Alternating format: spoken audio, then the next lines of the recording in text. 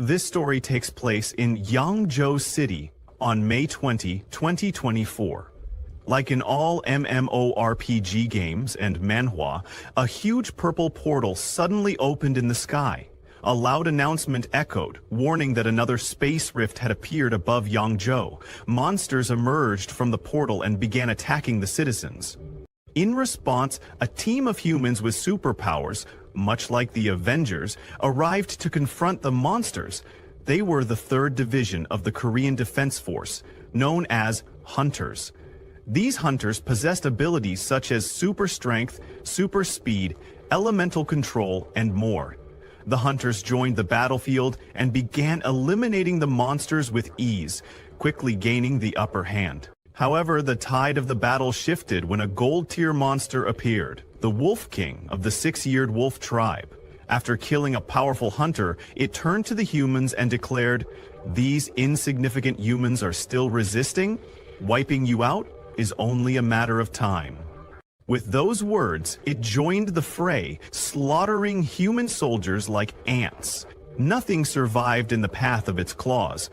The leader of the hunters was shocked, questioning whether this was a high-level portal. The Wolf King laughed and mockingly replied to the leader. It was too late for her to understand now, but before they could engage in a battle of life and death, someone with incredible speed suddenly appeared. It was a high-ranking official who ordered the 3rd Division Hunter Group to leave the battle to him and focus on handling the others. The new high-ranking officer was Mr. Wenyuan, and just seeing him there motivated all the hunters. Then, the battle between the Wolf King and Mr. Wenyuan began. After clearing the portal, the 3rd Division Hunter leader returned to report to her superior. She informed him that, with Mr. Wenyuan's help, they successfully defeated the invading 6-eared demon wolf tribe. Her superior praised her efforts, but expressed concern about the emergence of yet another new rift, and it was still only a C-Class 1. This marked the 6th rift in the past 10 years, which was alarming.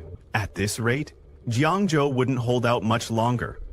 However, this situation was beyond their control. The superior announced that starting this year, Wuda Martial Academy would exempt awakened individuals from cultural exams, and the academic admission score for martial artists had been cut in half. He then ordered the 3rd Division Hunter leader to visit the academy and check on their progress. Since then, the story shifts to the Martial Academy. As the bell rang and the first class was dismissed, a boy looked at his friend, who was lost in his daydreams, and asked, "Why weren't you paying attention again? If you fail to get into Wuda Academy because of low academic scores, won't that be embarrassing?" Still in his dream world, his friend replied, "How great would it be to sit next to a beauty like Yanran?" The one he was talking about was Lin Yanran, the top beauty of the academy. She had everyone's attention, but all of hers was focused on our protagonist, who was seated next to her. Yunran smiled at him and asked, "Since graduation is approaching soon, are you planning to go to the Literary Academy or Wuda Academy?" Our protagonist, Su Bai, who was engrossed in his books, replied, "I don't know." He explained that if he went to the Literary Academy, his grades were just average. Besides, he added, in these chaotic times, what use is there for foreign languages and advanced mathematics? And if I go to Wuda Academy, my family isn't well off enough to afford all the supplements. Plus, he had no special abilities or talents. Subai wondered to himself where he should go. He was frustrated, thinking, since I've crossed into another world, shouldn't there be some kind of fate-altering chance or awakened system? Yes, you heard that right. He was from another world. But he was starting to doubt whether he had even truly transmigrated. Yanran, with her gentle voice, called out to Subai, suggesting, "Why don't you join me in applying for the Literary Academy? I have a way to guarantee your admission." "What?" Subai asked in shock, his voice rising. Keep your voice down," Yanran said, glancing around. Just as she finished speaking, a system window suddenly popped up in front of Subai's eyes. He was stunned. "What is this? It just appeared out of nowhere," he muttered in shock. The system was bound to Subai as its host. The window displayed his stats. Species: Ordinary. Initial stage level: 18. Age: 18. Physique: 4. Agility: 5. Mental strength: 5. It also revealed his trait: Trainer. This meant that Subai could designate any living being as his trainee, and the system would automatically detect suitable candidates. His current trainable number was... Finally, the system unveiled his talent: Evolution. This extraordinary ability allowed him to infinitely evolve all his contracted trainees, with no upper limit to level progression. It even enabled them to break through racial limits. Subai stared at the screen, overwhelmed. His ordinary life might not be so ordinary anymore. The hidden value and talent abilities of the trainee would provide feedback to the host. The higher the trainee's level, the greater the feedback ratio. Currently, the known levels were divided as follows: Ordinary, Bronze, Silver, Gold, Platinum, Diamond, Laurel Tier, Mid-Tier, and Divine. Each level was further split into Initial, Intermediate, and Advanced stages. Seeing this information, Subai realized that this system belonged to him. It was his. Yanran, noticing Subai staring blankly into the air, looked puzzled. "Are you okay?" she asked, her voice filled with concern. Her reaction snapped him out of his thoughts. He quickly understood that no one else could see the system but him.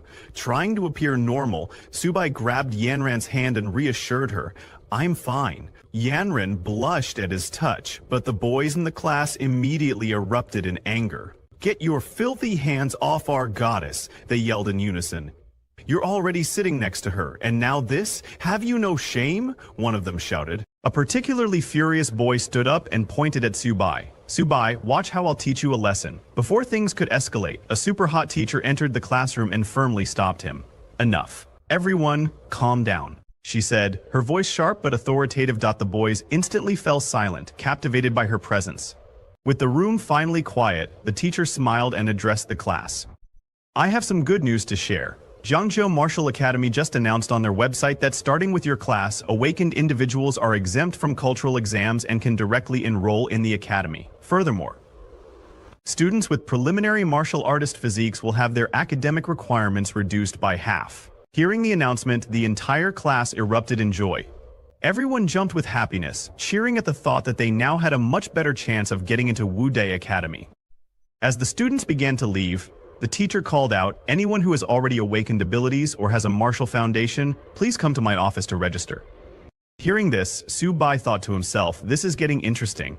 I've just awakened my abilities and now I'm already exempt from exams to enter Wuda Academy." Noticing Subai lost in thought, Yanran glanced at him curiously. Could he really be considering Wuda Academy? She wondered. The scene then shifted outside. Subai was walking home, blending in like an ordinary high school student. On the surface, he looked completely normal, but there was something about him that set him apart from everyone else. Subai was originally not world.he, had been transmigrated into this strange world 17 years ago. On September 18, 1906, a massive space rift suddenly appeared in the sky. From the rift emerged countless strange beasts, creatures unlike anything humanity had ever seen. Soon after, these ferocious beasts rampaged across the land, spreading chaos and destruction. Armies from various countries united to battle the alien creatures. After 3 grueling months, the beasts that had emerged from the rift were finally eliminated. However, the rift itself remained, and periodically new batches of alien beasts would pour out of it. In response, humanity decided to take proactive measures. Death squads were sent into the rifts to explore the mysterious phenomenon. What they discovered was a vast, boundless land beyond the rifts. Realizing that the rifts were the source of the alien beasts, the military forces of various countries decided to construct military bases within the rifts, their mission to defend humanity by stopping the beasts at their origin. Thus, a new era for humanity began. On March 6, 1907, the second sky rift appeared. On May 7, 1907, the third rift emerged, followed by the fourth and then the fifth. In the following century, humanity adapted to a world where sky rifts became a constant threat, marking a new chapter in human history. The number of rifts increased and their appearances became more frequent. Now, rifts have spread across the globe, each harboring different alien beast species. Scientists named the battlegrounds behind the sky rifts the battlefield of 10,000 races. Meanwhile, Earth's spiritual energy began to recover and humans gradually awakened martial abilities and supernatural powers. As the battles intensified, conventional weapons frequently failed on the battlefield while the power of awakened individuals grew. Eventually, these individuals replaced traditional weapons as the dominant force. The war between humanity and the 10,000 races continues to this day. Judging from the reforms at Jiangzhou Martial Academy, Subai could feel that the situation in Jiangzhou had become quite dire. He thought to himself, since I've got this system now, I might as well use it to protect my family in this chaotic world. He knew that if he wanted to quickly enhance his strength, the fastest way would be through the military-supported martial academies. Lucky for him, he had awakened the trainer ability. With just one trained beast, he could get into the academy without taking the exam. Thinking about all of this, he headed home. His first step was to get into Wu Da Academy. Looking at his balance, he hoped that the 2,000 yuan he had saved over the years would be enough. When he entered a beast shop, there was no immediate reaction from the system. Subai was confused, as the system had said it would automatically detect something suitable for him, so why was there no response? The shop staff welcomed him and asked how she could help. Subai told her that he was a beast trainer and asked what kinds of beasts they had. Pointing to a black cat, the staff member said, "It's pretty ordinary but high-priced. It has the bloodline of a nether cat. It can easily reach the silver rank," the staff member said, selling for 36,000. Subai was shocked by how expensive one ordinary black cat was. The staff member then showed him a 4-eared dog. It has the bloodline of the 6-eared demon wolf, selling for just 33,000. One after another, she showed him many beasts, and with every beast, the price kept increasing. The staff member then turned to Subai, asking, "Which one do you think is best for you?" But when she turned around, Subai was nowhere to be found. He had left the shop thinking, "Are they robbing me? Just because it has a little beast bloodline, it's this expensive? And where's my system? Isn't there anything suitable for me here?" Disappointed, he returned home. Just as he entered, a system notification appeared detected a suitable beginner taming creature, little turtle. The system then asked him, "If you want to tame," Subai was surprised that the system was finally responding. When he saw the little turtle's name, he turned to look at his dad's pet turtle, wondering if the system was talking about it. Immediately, the turtle's information popped up. Beast name Little Turtle, level common, initial stage bloodline, traces of the Xuanwu turtle bloodline growth can grow infinitely, eventually slaying gods, constitution, defense, spirit, speed, 2 ability turtle, shell defense, evolution method, eating. Subai was shocked to see that his little turtle had profound, limitless growth, ultimately leading to the slaying of gods. He jumped in happiness, shouting, "Xuanwu bloodline, now that's more like it. How much would this be worth? I'm not trading it." No matter what, he was extremely happy. But his happiness didn't last long. Making so much noise, his sister Su Shu-e came out of her room. When she saw him holding the little turtle like that, she angrily shouted, "Subai, what are you planning to do with little 8? That's Dad's treasure." Subai quickly let go of the turtle and told her that he hadn't done anything. Just as he let go of the turtle, it immediately jumped into the grocery bag. It ate all the food from the bag in an instant.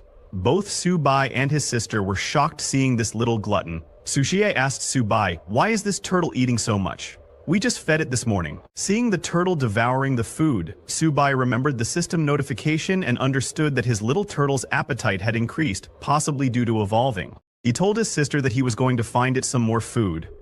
Half an hour later, Subai's mother and father came home. They were shocked by the condition of the house and asked Subai if it had been robbed. In just half an hour, the little turtle had eaten all the food from the house and was now chasing Su Xie for her last snack. Subai's father was too shocked and asked, "Is this our little turtle? Can turtles run this fast?" Subai then explained what was happening. The whole house had been turned upside down in just half an hour. This situation made Subai think that his mom and dad were already having a hard time as it was. He decided it would be better not to tell them that little 8 was a bottomless pit.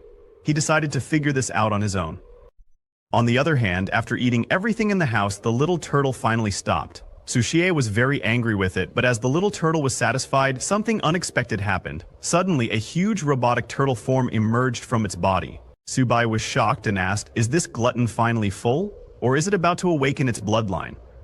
The scene then shifts to the next day. Little Turtle's explosive growth came and went. But the Xuanwu bloodline still hadn't awakened, and Little Turtle had started eating even more. That's why Subai had come back to the pet shop again. As he entered, he saw that there were already 2 customers inside. When the shop staff saw Subai, she asked if he had decided on something. He told her that he wasn't here to buy this time. Moving closer to the staff member, he whispered, "I have exotic beast blood. Are you guys buying?" The staff member was shocked and asked him to confirm if he really had exotic beast blood. When one of the customers overheard the words beast blood, he immediately excused himself and walked over to Subai. The man was the boss of the shop. He told the staff member to leave it to him and go take care of something else. The boss then approached Subai and said, "Young man, come this way. Let's sit down and have a chat. You said you have exotic beast blood. Do you mind if I examine it?" Subai handed over the beast blood and said, "Go ahead." When the pet shop boss smelled the blood Subai gave him, he was shocked. "It's really exotic beast blood and high quality too," he exclaimed. The boss then asked, "How much do you want for it?" Subai thought for a moment. After all, it took a lot of effort to draw even that small amount of blood from Little Turtle. It had to be worth at least $100, right?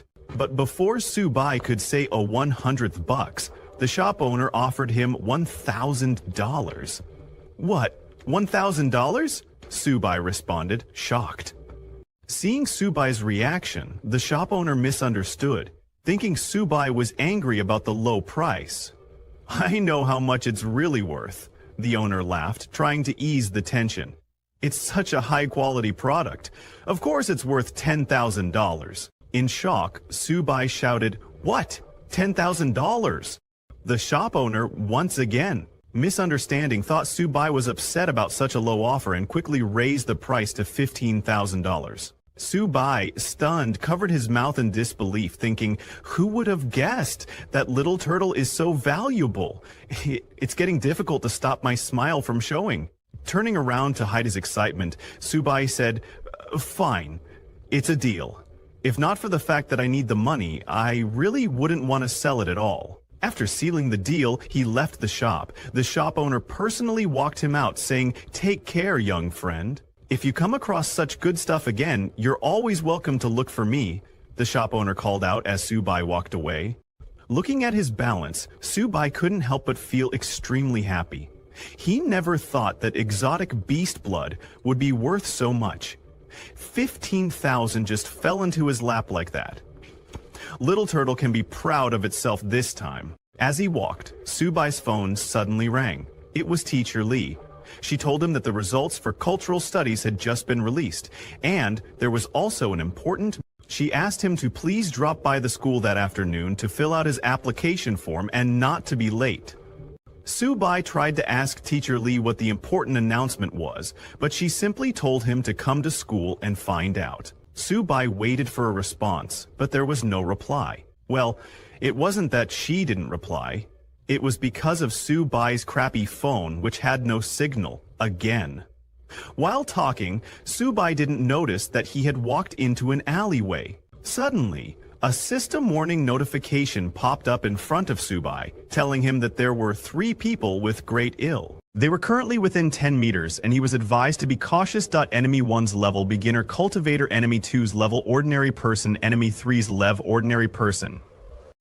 Subai was shocked when he saw the notification.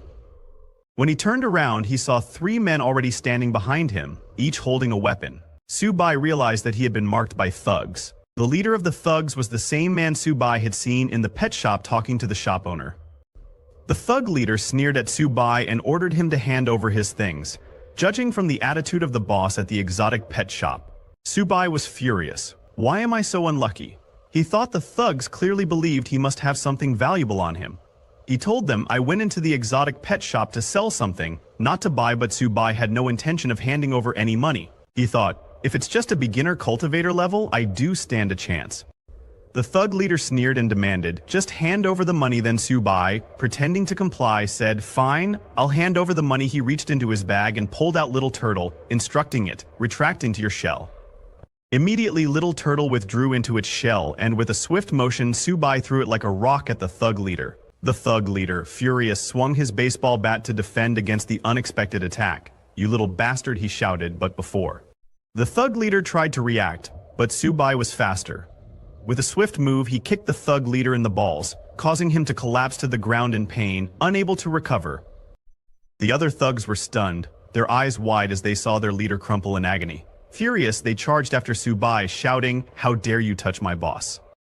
Subai wasted no time and with Little Turtle still in his bag, sprinted away, the thugs hot on his heels. As they ran, Subai called out to Little Turtle, "Did the baseball bat hurt you?" Little Turtle replied, "It just felt itchy." Little Turtle couldn't speak human language, but Subai now understood its intentions. As the two thugs closed in, Subai quickly instructed Little Turtle to latch onto his fist without hesitation. Little Turtle attached itself, turning into an impromptu boxing glove.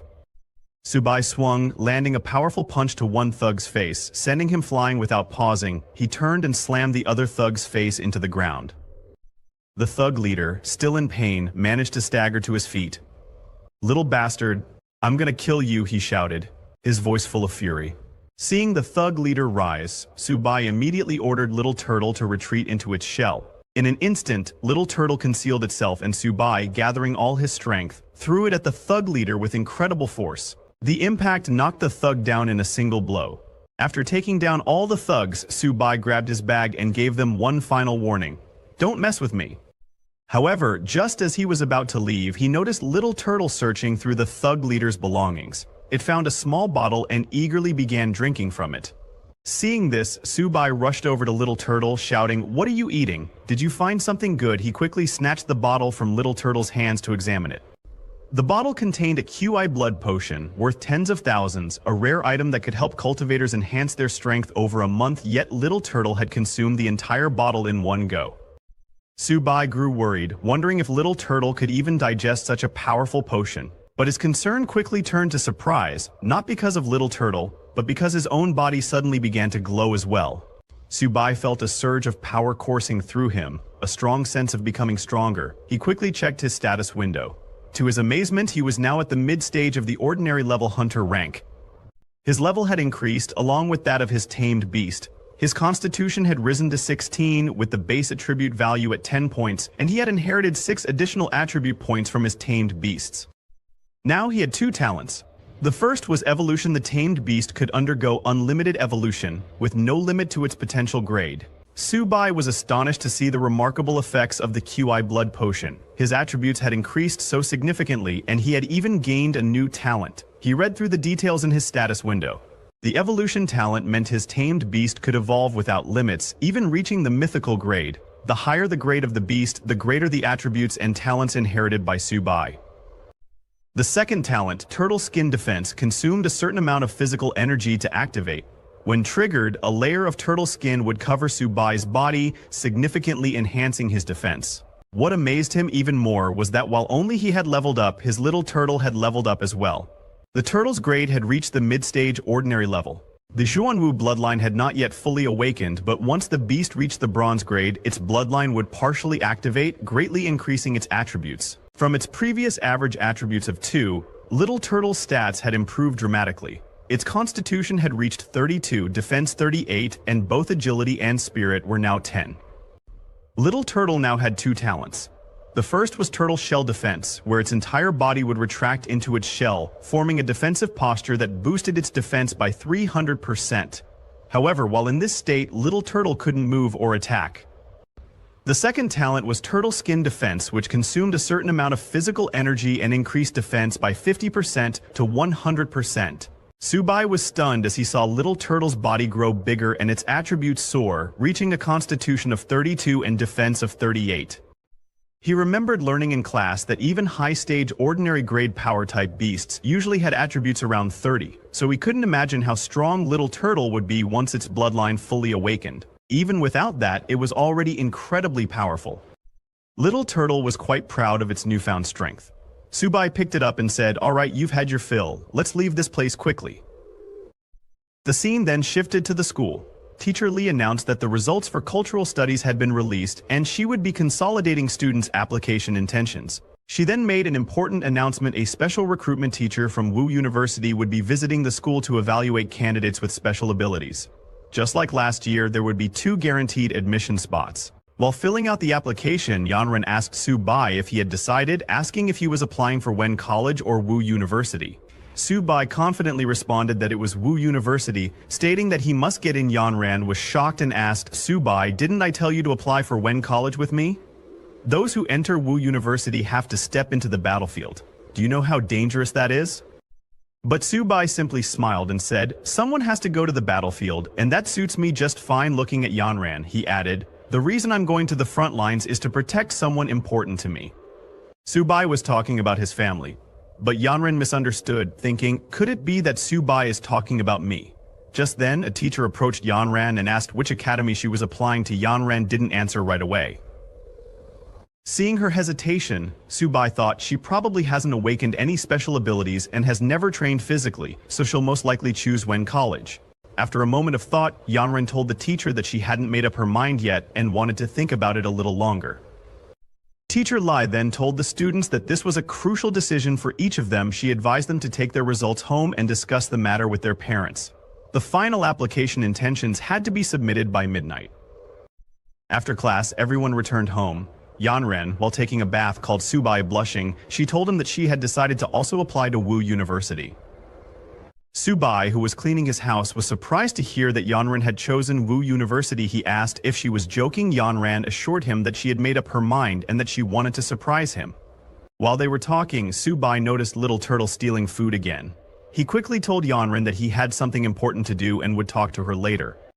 As soon as he ended the call, he shouted at the good-for-nothing Little Turtle for eating so much. The scene then shifts to the next day. All the students gathered in the stadium. Teacher Lee stood on stage and warmly welcomed military martial arts instructor Zhang, who was also the principal and a senior member of the school. Instructor Zhang stepped up to the stage and addressed the students. 1 year ago, 126 people entered this school. 65 of them are still alive. 2 years ago, 98 people entered and only 32 are still alive. 3 years ago, 86 people entered and just 11 of them are still alive. The students were shocked and frightened. Instructor Zhang explained that he wasn't saying this to scare them but to help them understand that being here was not something to be proud of. They would soon face numerous challenges, duty, responsibility, and danger. Instructor Zhang continued, you are here to protect your country. Wu Dai is a place where the strong are cultivated. Do you want to be among their ranks? Yes, all the students shouted in unison. Instructor Zhang smiled and said, very good. I look forward to your performances in the examination. After the speech, all the students began returning to their classes, but Teacher Lai called Su-bai over to stop him. Teacher Lee and Instructor Zhang approached him. Su-bai, confused, asked if there was an issue. Instructor Zhang asked, are you Su-bai? Yes, that's me, Su-bai replied. Instructor Zhang then informed him that a space had been reserved for him at Wu Da. He told Su-bai to head there immediately and prepare for the entrance examination. Su-bai was shocked a broke guy like him had a reserved spot. Instructor Zhang confirmed and said, there's a vehicle waiting for you at the school entrance.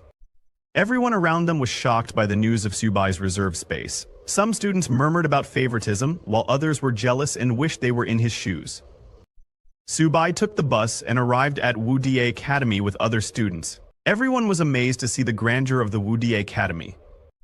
An instructor was already waiting at the entrance and instructed the students to follow him. As they walked, the students noticed a massive rock pillar standing in the middle of the academy. The instructor explained that it was the school's motto. Su-bai was in awe of the grand symbol. The instructor then led them to collect their uniforms and took them to the dormitories. Upon arriving at the male dormitories, the instructor informed them that they could rest for a while and change into their uniforms. He added that someone would soon announce the time for the examination. Su-bai then went to his room, number 303, and as he approached, he heard a voice from inside saying, in the early stages of martial arts training, resources are the most important. Su-bai announced his arrival, but there was no response. Inside, there were 3 roommates.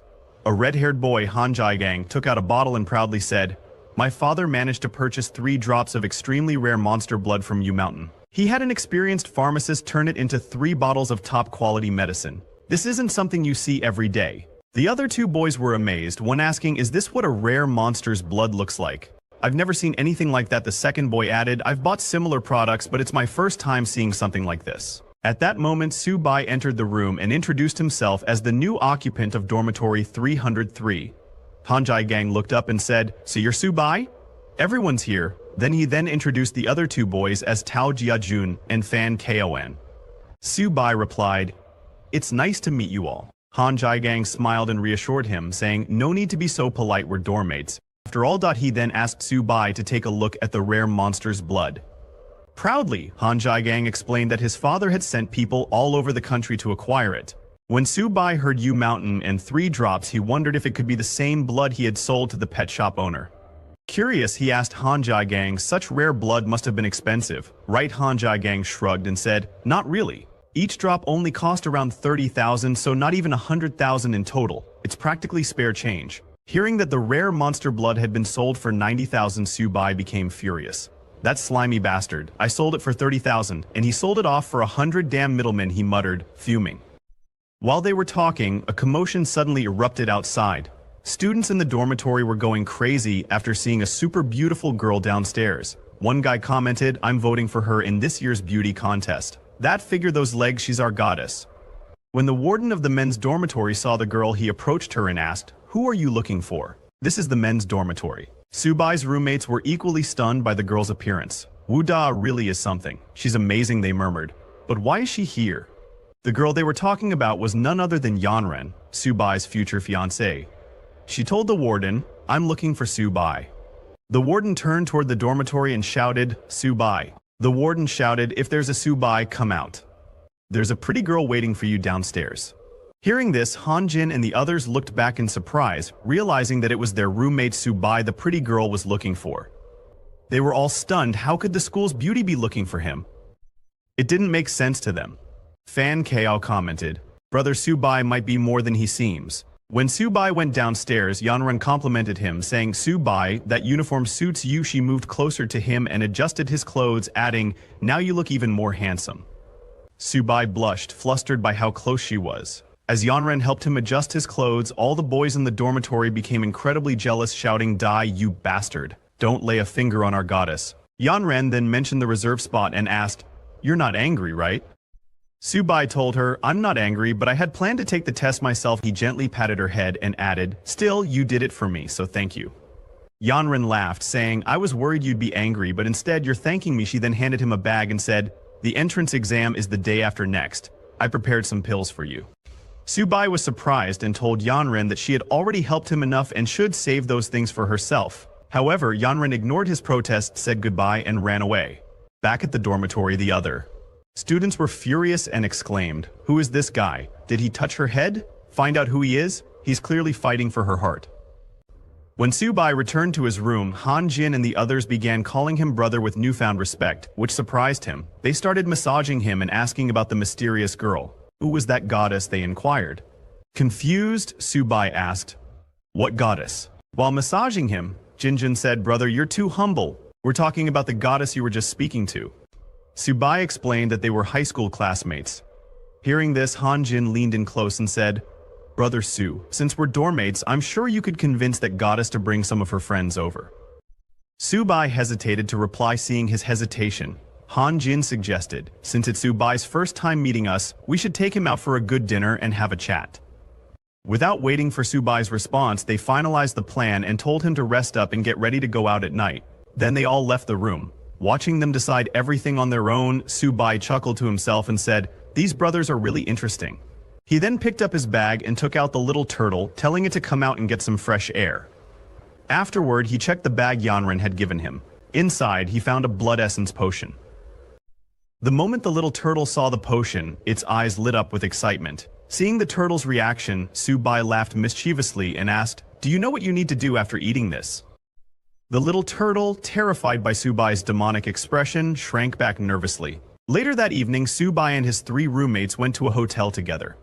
Seeing the hotel, Su-bai asked Han Jin, "Don't you think coming to such a high-end place is a bit too much?"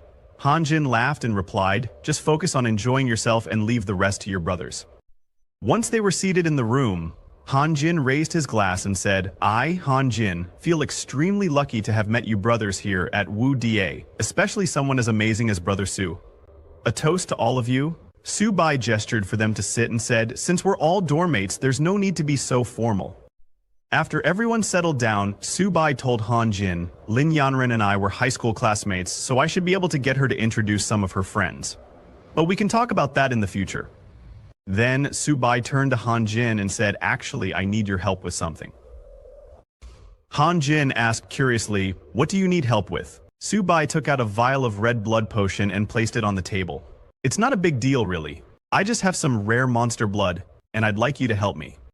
Both Jiajun and Fan Kao were shocked to see the potion.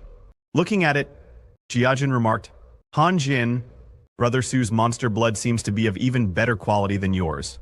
Han Jin examined the potion carefully and said to Subai, this blood is better than anything I've ever seen. Han Jin then took out his smartphone and said, this blood is way too rare. I'll call my father now and have him send someone over. Subai quickly interjected, there's no rush, let's have our meal first. But Han Jin had already dialed the number. When his father answered, he immediately started nagging, Little Jin, you've blown through your pocket money again. I sent you to Wuda to grow stronger, not waste your time and money. Han Jin cut him off and said, I'm not asking for money, Dad. This is serious. Han Jin continued, my classmate has 7 drops of precious, rare monster blood that he wants to sell. It's even better quality than the 3 drops you got last time. I couldn't decide on a price. What? 7 drops? His father exclaimed in shock. Are you sure it's better quality than what I got before? Han Jin replied confidently.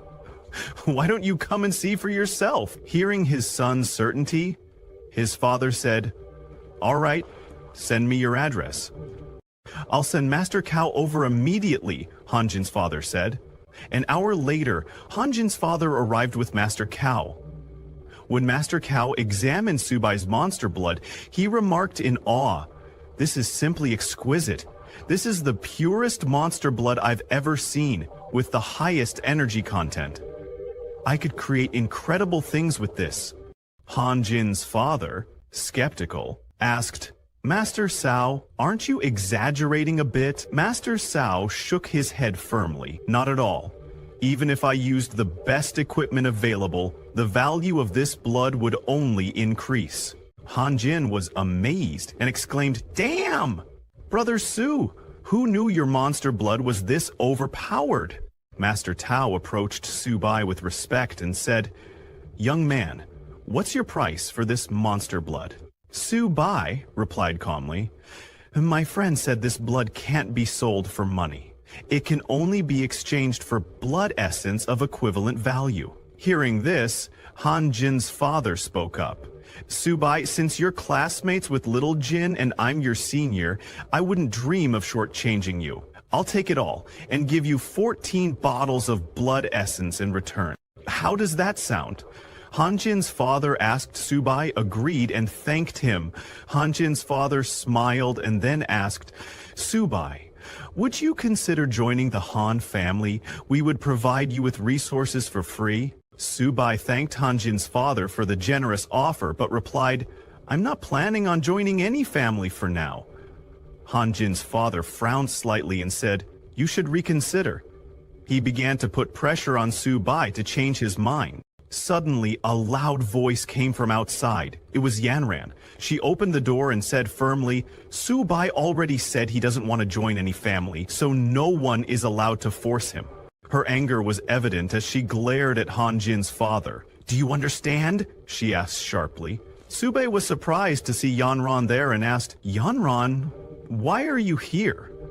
Yanran replied, I came to settle my own issues but didn't expect to run into you here.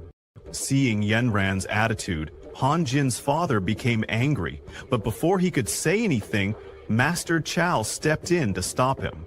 Recognizing Yanran, Master Chow leaned toward Han Jin's father and whispered about her background. Han Jin's father's expression changed instantly. Shocked and scared, he looked at Yanran with newfound respect and decided to back down. Han Jin's father immediately explained to Yanran, it's just a misunderstanding. Subai and my son are classmates and good friends. Hearing this, Yanran calmed down and turned to Subai, asking, are you heading back to school? Let's go together. Since Subai had finished his business, he agreed. He bid farewell to everyone and left with Yanran. As they were leaving, Han Jin called out from behind, "Yanran, I'm going back to school too." He was about to follow them, but his father stopped him. Han Jin's father said firmly, "Han Jin, focus on building a good relationship with Su-bai. The future of our Han family might rest in his hands, but as for Lin Yanran, make sure to maintain a very safe and respectful distance from her." Han Jin was stunned. He hadn't realized that both his brother Su and the goddess Yanran were truly that remarkable. 2 days later, at the military training field of Marshall University, all the freshmen gathered on the university ground. Instructor Zhang addressed the students, saying, "Over the next few days, all of you will participate in freshman special training. The location for this training is the battlefield of all races." Hearing this, the students were instantly filled with dread. Many murmured among themselves, asking if they were really going to train at such a dangerous place. "Failing the training is one thing," one student whispered, "but losing our lives is far worse." Instructor Zhang saying, "Don't worry, the area designated for this training has already been cleared by us, and the institutions will ensure your safety." He continued, "Next, you will be divided into classes of 50. Each class will be led by a bronze-level instructor who will act as your homeroom teacher. The homeroom teacher will assign you your training tasks. I wish all of you a victorious return." After the announcement, Yanran came running to Su-bai, her face glowing with excitement. She exclaimed, "Su-bai, did you hear that?" Yanran excitedly told Su-bai, "We've been assigned to the same class." Hearing this, Su-bai smiled and asked, "Did you arrange this on purpose?" While they were talking, a female instructor suddenly appeared and called out, "Class 8, gather up!" Class 8 was the group that included Yanran Su-bai and his roommates. The red-haired instructor introduced herself as Liao Yushin, their special training instructor. All the boys in the group were in awe, going crazy over how stunningly beautiful she was. Instructor Liao addressed the students, saying, "I will be the one assigning all your training tasks. And your first task..." She paused for effect. The students were stunned into silence. Then a wave of shocked murmurs broke out. Instructor Liao continued in a calm, authoritative tone. "You have 1 day to write your wills. Be at the teleport plaza by 8 a.m. tomorrow. From there, we will depart for the battlefield of all races." Panic swept through the group. One student nervously asked, "Is there really a risk to our lives? I mean, I still want to carry on the family line." Another muttered in resignation, "Forget it. I'm going to write my will." One of the students sighed. "There's so much I need to leave for my parents." Hearing the instructor's words, Yanran turned to Su-bai and asked, "Do you have any plans?" Su-bai replied, "I don't have much to prepare, so I'll head back to the dorm first." While both Yanran and Su-bai remained calm and relaxed, Han Jin and the others were clearly worried. They were heading to the battlefield tomorrow, and there was still so much to get ready. When everyone returned to the dormitory, Han Jin called Su-bai and said, "Since we're heading to the battlefield tomorrow, I'm taking the boys out for a good time tonight." Han Jin invited Su-bai to join them, but Su-bai replied, "I have things to do, so I won't be joining. You guys go ahead and have fun." Han Jin understood and said, "All right." Just then, he noticed Su-bai's little turtle eating in a corner. He petted the little turtle and said, "Brother Su, your little pet turtle is something. Its shell is really tough." Su-bai chuckled and replied, "His name is Little 8, but he's a bit of a glutton." Little Turtle, hearing that, glared at Su-bai, clearly displeased at being called a glutton. After that, Han Jin and the other 2 roommates left the room. Meanwhile, Little Turtle finished his plate and looked up at Su-bai, asking for more. Su-bai smiled and said, "Oh, you little glutton, all you think about is eating. Fine. I'll let you eat as much as you want today, but once we're on the battlefield of all races, you'd better perform well." He gave Little Turtle more blood essence, and the turtle immediately drank it down. Subai laughed and said, "Slow down, no one's gonna take it from you." As he was feeding the little turtle, suddenly a system notification popped up congratulating him. Because his pet, little turtle, had leveled up to a high-ranked ordinary exotic beast, Subai's level had increased as well. As a result, he had gained a new talent for little turtle called Heavy Strike. Subai opened the status window and saw that his tamed beast, Little Turtle, was now classified as a high-rank ordinary exotic beast. Its attributes had increased. Little Turtle's physical strength was now 64, defense was 78, agility was 20, and mental strength was 20. It now had 3 talents: Turtle Shell Defense, Turtle Skin Defense, and Heavy Strike. The new Heavy Strike talent consumed a certain amount of stamina, but increased attack power by 100% to 200%. The more stamina consumed, the stronger the attack. After that, Subai checked his status window and saw that he had also leveled up to high-rank ordinary. His physical strength was at 28, with 15 being base strength and 13 points inherited from the beast.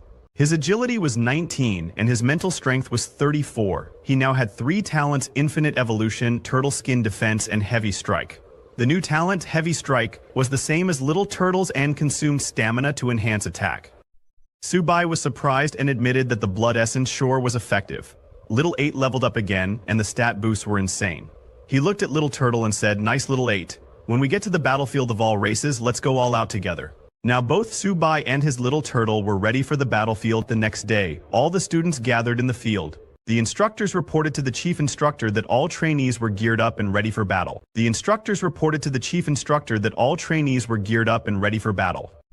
Chief Instructor Zhang arrived and ordered a soldier to open Teleport Formation 1 and prepare to teleport.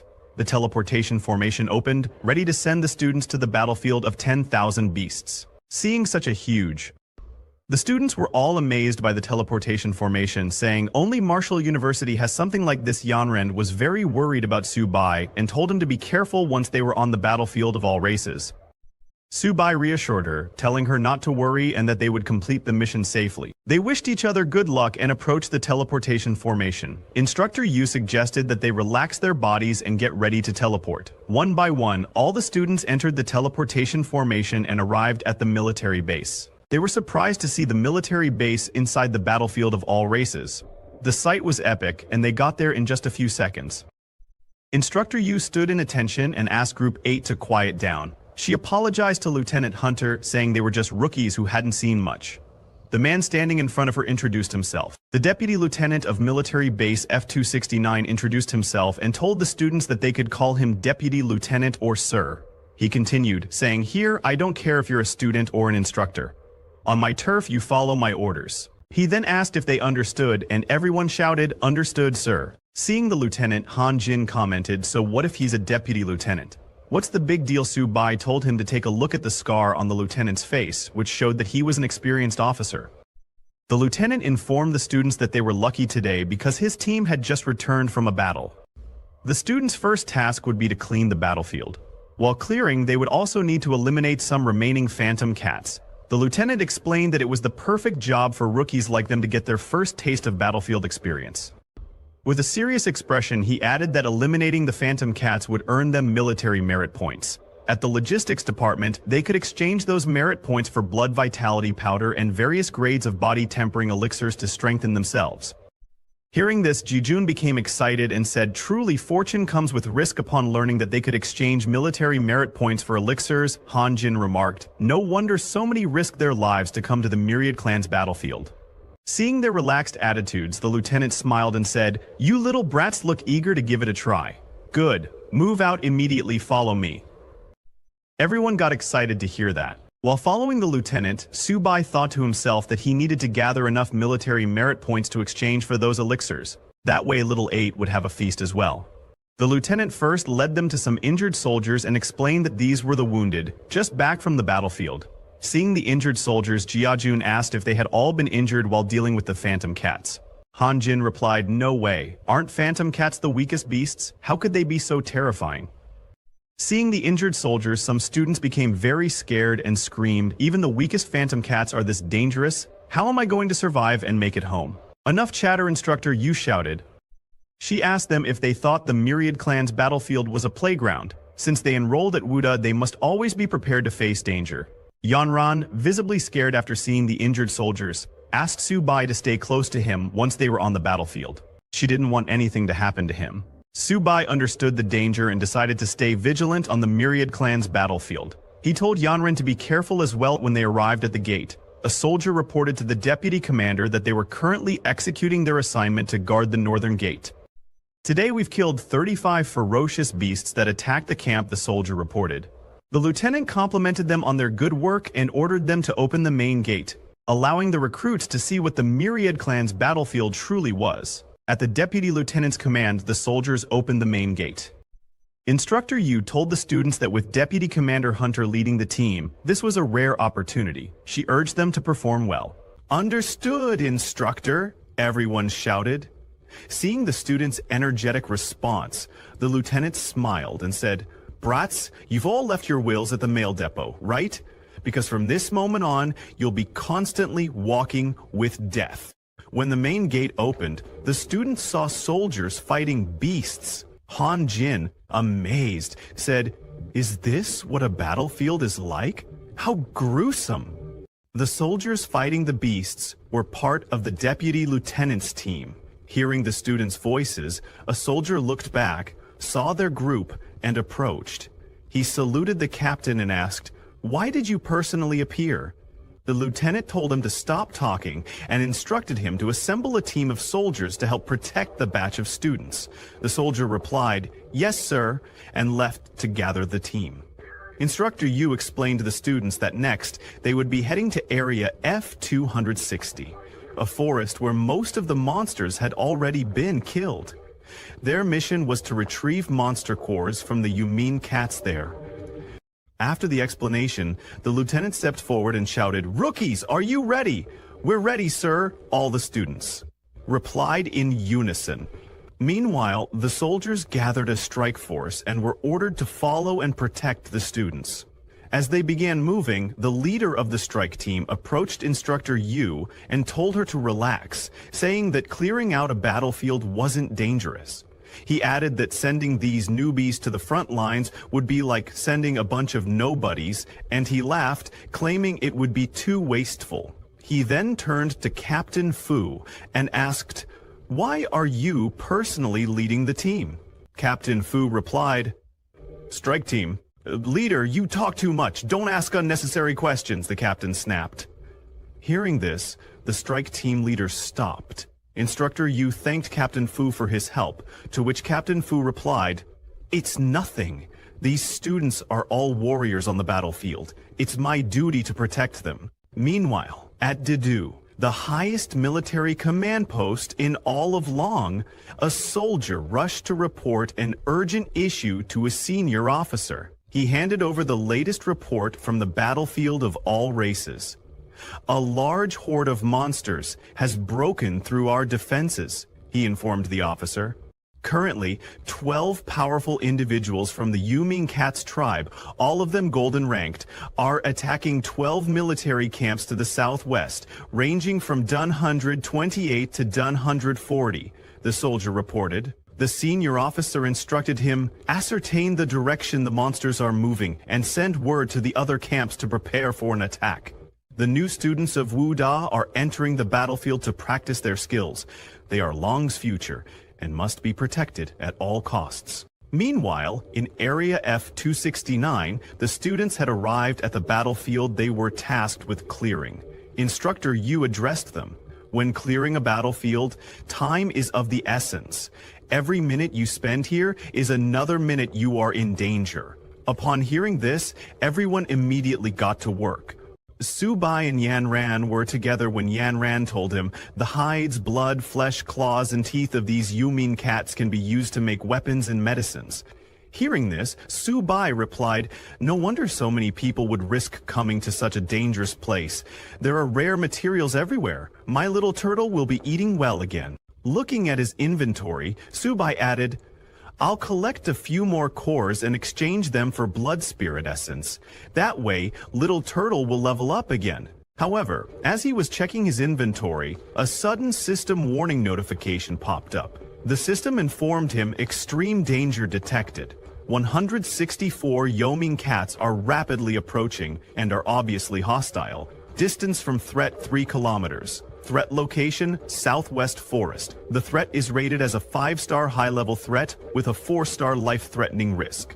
Please remain on guard. The last time he received a warning like this warning was issued for a beginner-level martial artist, but now it's a 5-star life-threatening issue. Seeing Subai like that, Yenron asked, "What's wrong?" Subai didn't say anything, and immediately ran toward Instructor Yu, who was perched on a tree. He urgently told her, "Instructor Yu, there's an issue. I sense a large horde of monsters moving toward us from the southwest." Hearing Subai, Instructor Yu looked toward the southwest, but she saw nothing there. She descended from the tree, her expression turning stern, as she said, "Subai, this is a battlefield, not a playground. Do you realize what would happen if you caused a panic?" Subai tried to explain, his voice earnest. "I'm not joking. There really is a horde of monsters heading this way." Hearing the commotion, Captain Fu approached. He looked at Subai angrily and said, "Subai, you claim you can sense monsters, but I can guarantee there are none within a 2-kilometer radius." Subai tried again to explain to Captain Fu, his tone serious. "There are over 100 Yoming cats, 3 kilometers away, and they're coming toward us." But Captain Fu still didn't believe him. Captain Fu asked Subai, "Are you saying your senses are sharper than mine?" Instructor Yu, sensing the rising tension, told Captain Fu, "Don't waste time on this. Subai may be overreacting since it's his first time on the battlefield." Despite their skepticism, Yanran stood by Subai. She turned to Captain Fu and said, "No one should make a judgment before the truth is confirmed." Left with no choice, Subai stepped forward, his voice earnest.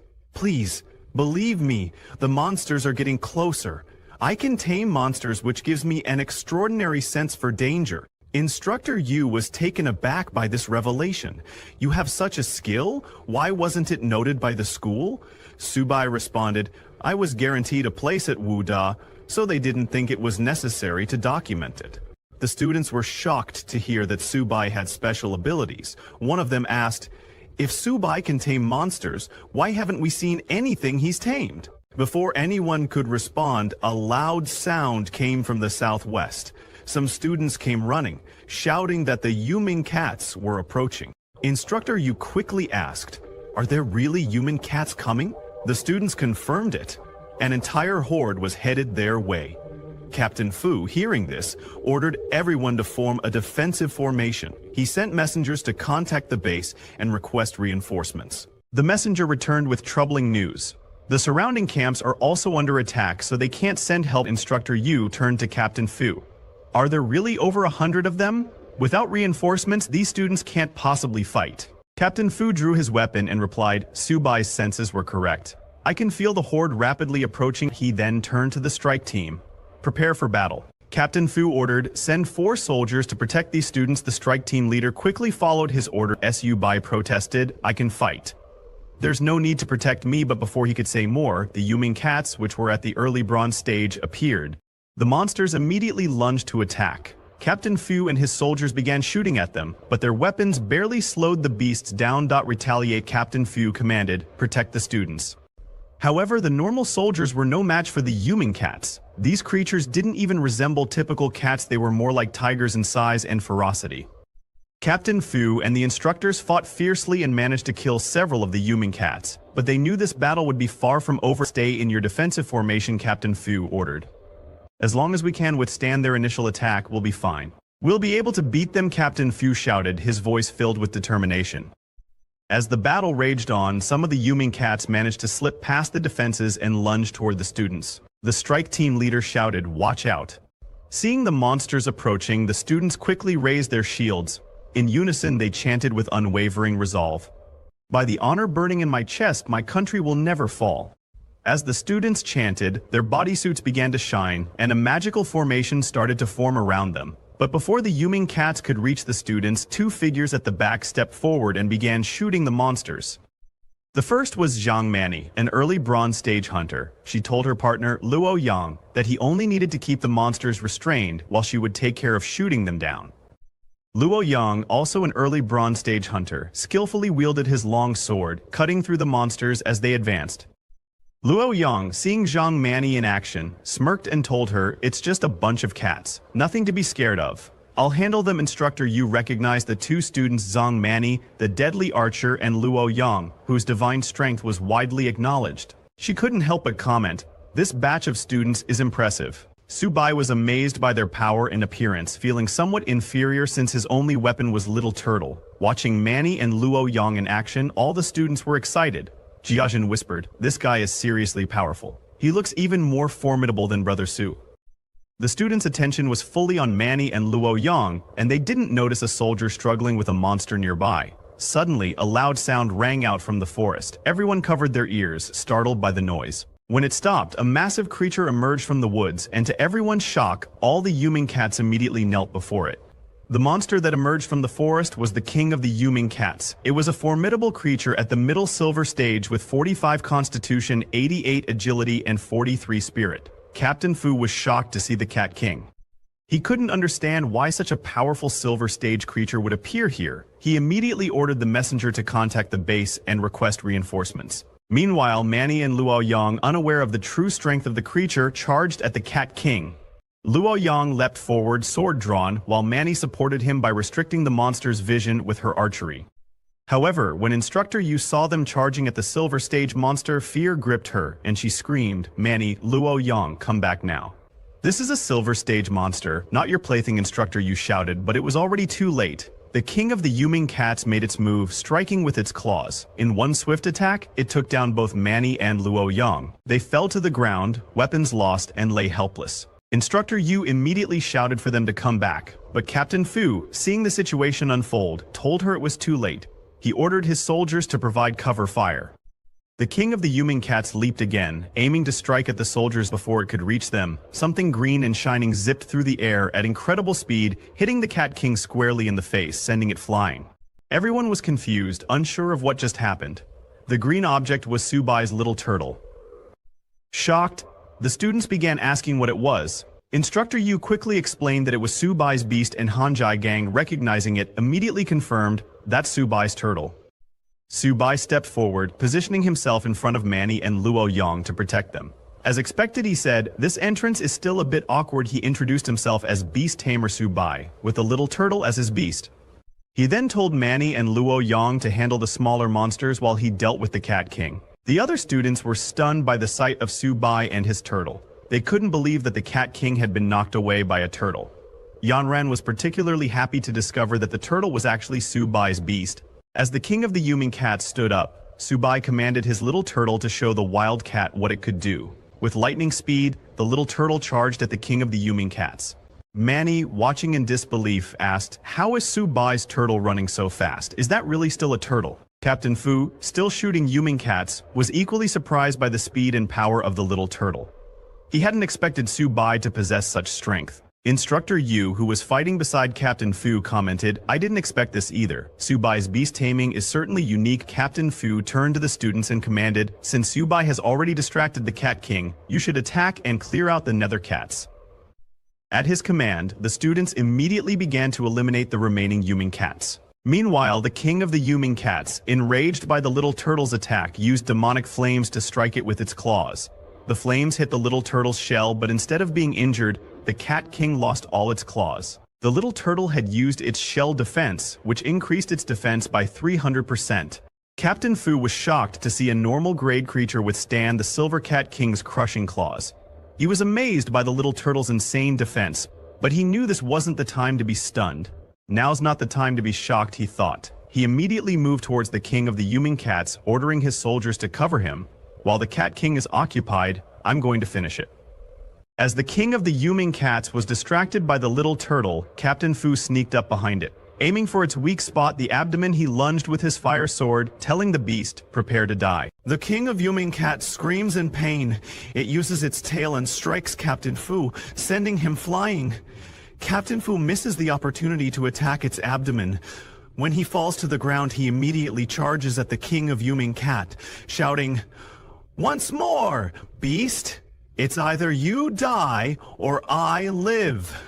Seeing Captain Fu charging at the king of Yuming cats, Subai tells Little Turtle to use its ultimate move. Hearing that, Little Turtle's body starts shining, and it begins spinning. Jiazhun and Fan Chao are confused, wondering what this ultimate move is, and why the turtle is spinning in place. While they are still confused, Subai runs towards the spinning Little Turtle. He had read in a book that the Cat King's weak spot is its abdomen. He kicks Little Turtle like a football, aiming at the Cat King's abdomen. Little Turtle shoots towards the Cat King like a bullet at high speed. Before the Cat King can injure Captain Fu, Little Turtle hits it in the abdomen with solid impact. The attack sends the Cat King flying far away. After hitting the Cat King, Little Turtle landed like a superhero. Captain Fu was shocked that Subai actually hit the weak spot. He moved farther to see if the Cat King would survive this. On the other hand, the Cat King was bleeding heavily, but somehow managed to stand up again. It roared very loudly, looking at the sky, and then fell. Finally, the Cat King died. Seeing the Cat King dead, everyone jumped in happiness. The Cat King had been defeated. Captain Fu, though very injured, asked in disbelief if they had really won. Yanran came running and hugged Subai tightly, saying, "Subai, you're amazing! You defeated the golden level Cat King!" Subai was surprised by the sudden hug from Yanran. Everyone gathered around Subai, praising him and saying he was incredible. Jiajun asked Subai where he got the turtle, saying he wanted one too. While they were busy talking, Little Turtle saw an opportunity and began searching the Cat King's body for something to eat. To its luck, it found a yellow beast core. It got very excited upon seeing the yellow stone and was about to eat it, but before it could, Subai noticed it. He shouted, asking Little Turtle what it was sneaking off to eat now. But before he could get there, Little Turtle ate the yellow beast core. Subai was angry, but suddenly a black shadow appeared in the sky. Seeing this, everyone became confused, asking, "What's that in the sky?" But Captain Fu immediately recognized it and told the others that it was dangerous. The Cat King's final howl had summoned its kind. Instructor Yu asked him if an even more dangerous beast could be approaching. On the other hand, at the base operations center, a soldier reported to the commander that, according to frontline energy wave analysis, F-169 base was detecting a large number of unknown level beasts. It had become very dangerous. This is the same base where Subai is. Suddenly, the commander received news that Hulin's daughter, Yanran, was among the group of trainee students at base F-2679. The person who told him this news was Wen Yuan. He asked the commander to provide immediate support. The commander immediately agreed, saying he would dispatch a scout company to escort Mr. Wen to the battlefield. Mr. Wen told the commander that he didn't need it, as he couldn't wait, and would head there himself. Before leaving, he turned to the commander and told him, "Within 20 minutes, I hope the reinforcements reach the battlefield." Hearing the 20-minute countdown, the commander told him that he was giving the order now. The commander was very nervous, thinking about the terrible situation, because he knew that if Hulin went mad, the entire Jiangzhou wouldn't be able to handle it. He immediately sent orders. On the other hand, at base F-269, after those black shadows covered the sky, suddenly a pair of red eyes appeared within them. Those eyes were looking at the group very angrily, and a loud voice came, calling them foolish humans, lowly species. Hearing that voice, Instructor Yu was too shocked and asked Captain Fu, "How is this possible? It can actually speak human language." Captain Fu was shocked himself. He said, "This is impossible. A beast that understands human language must be at least golden level and shouldn't appear here." He immediately ordered everyone to quickly form a defensive formation, placing the injured in the center. Suddenly, that black shadow fell on the ground beside the Cat King's dead body. From the shadows, a very angry voice came, saying, "Lowly species! How dare you slaughter my kind?" The shadow monster then started eating the Cat King's body. The students were shocked and disgusted seeing the monster eating the Cat King. When Captain Fu saw the monster, he said, "This is absolutely impossible. How could something like that appear in this area?"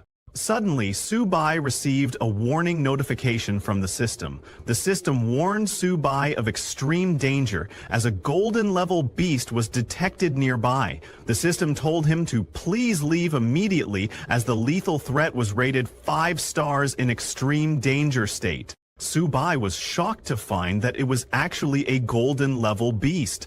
The monster that emerged from the shadow was the Shadow Cat King. And it was even a mutated monster. It was a golden-level monster with 272 constitution, 345 agility, and 275 mentality. After sustaining severe injuries, the Shadow Cat King entered a bloodthirsty berserk state, increasing its agility and attack by 100%, with a 50% reduction in defense. Liu Yang was shocked to find that it was a golden-level beast and said, "Even our teacher probably hasn't faced one." Mani was too scared and fell to the ground saying, "I want to go home, I don't want to die." Seeing that reinforcements hadn't arrived, Captain Fu charged at the Shadow Cat King, ordering everyone to escort the wounded and retreat while he covered them. He jumped to attack, shouting, "Beast, I'll fight you to the death." But with just one swing of its hand, the Shadow Cat King sent Captain Fu flying. It then raised its claws to finish off the captain. Seeing that, Subai threw his little turtle, ordering it to protect Captain Fu. When the Shadow Cat King struck at Captain Fu, Little Turtle jumped in between and blocked the Shadow Cat King's attack with its shell defense. The Shadow Cat King was shocked by the turtle's exceptionally tough shell, but suddenly some deep scratches appeared on Little Turtle's shell and it started bleeding. Captain Fu was shocked and asked Little Turtle if it was okay. Seeing Little Turtle injured, Subai tried to go over, but before he could move, he also got injured and started bleeding from his mouth. He felt the same pain as Little Turtle. Yan Ran, standing beside him, was very shocked to see him and asked if he was injured. Instructor Yu, who was helping Captain Fu at the moment, was shocked to see Subai injured. She couldn't understand how he got hurt, as she didn't see the Shadow Cat King attack him. Seeing Subai, Captain Fu wondered if it was the animal trainer's same origin effect. Hearing that, Instructor Yu said, "It's impossible. I'll go check it out." Suddenly, a system notification appeared, telling Subai that because the tamed beast had fallen into a serious injury state, it triggered the tamer's talent same origin. Now, the host and the tamed beast share energy and share damage.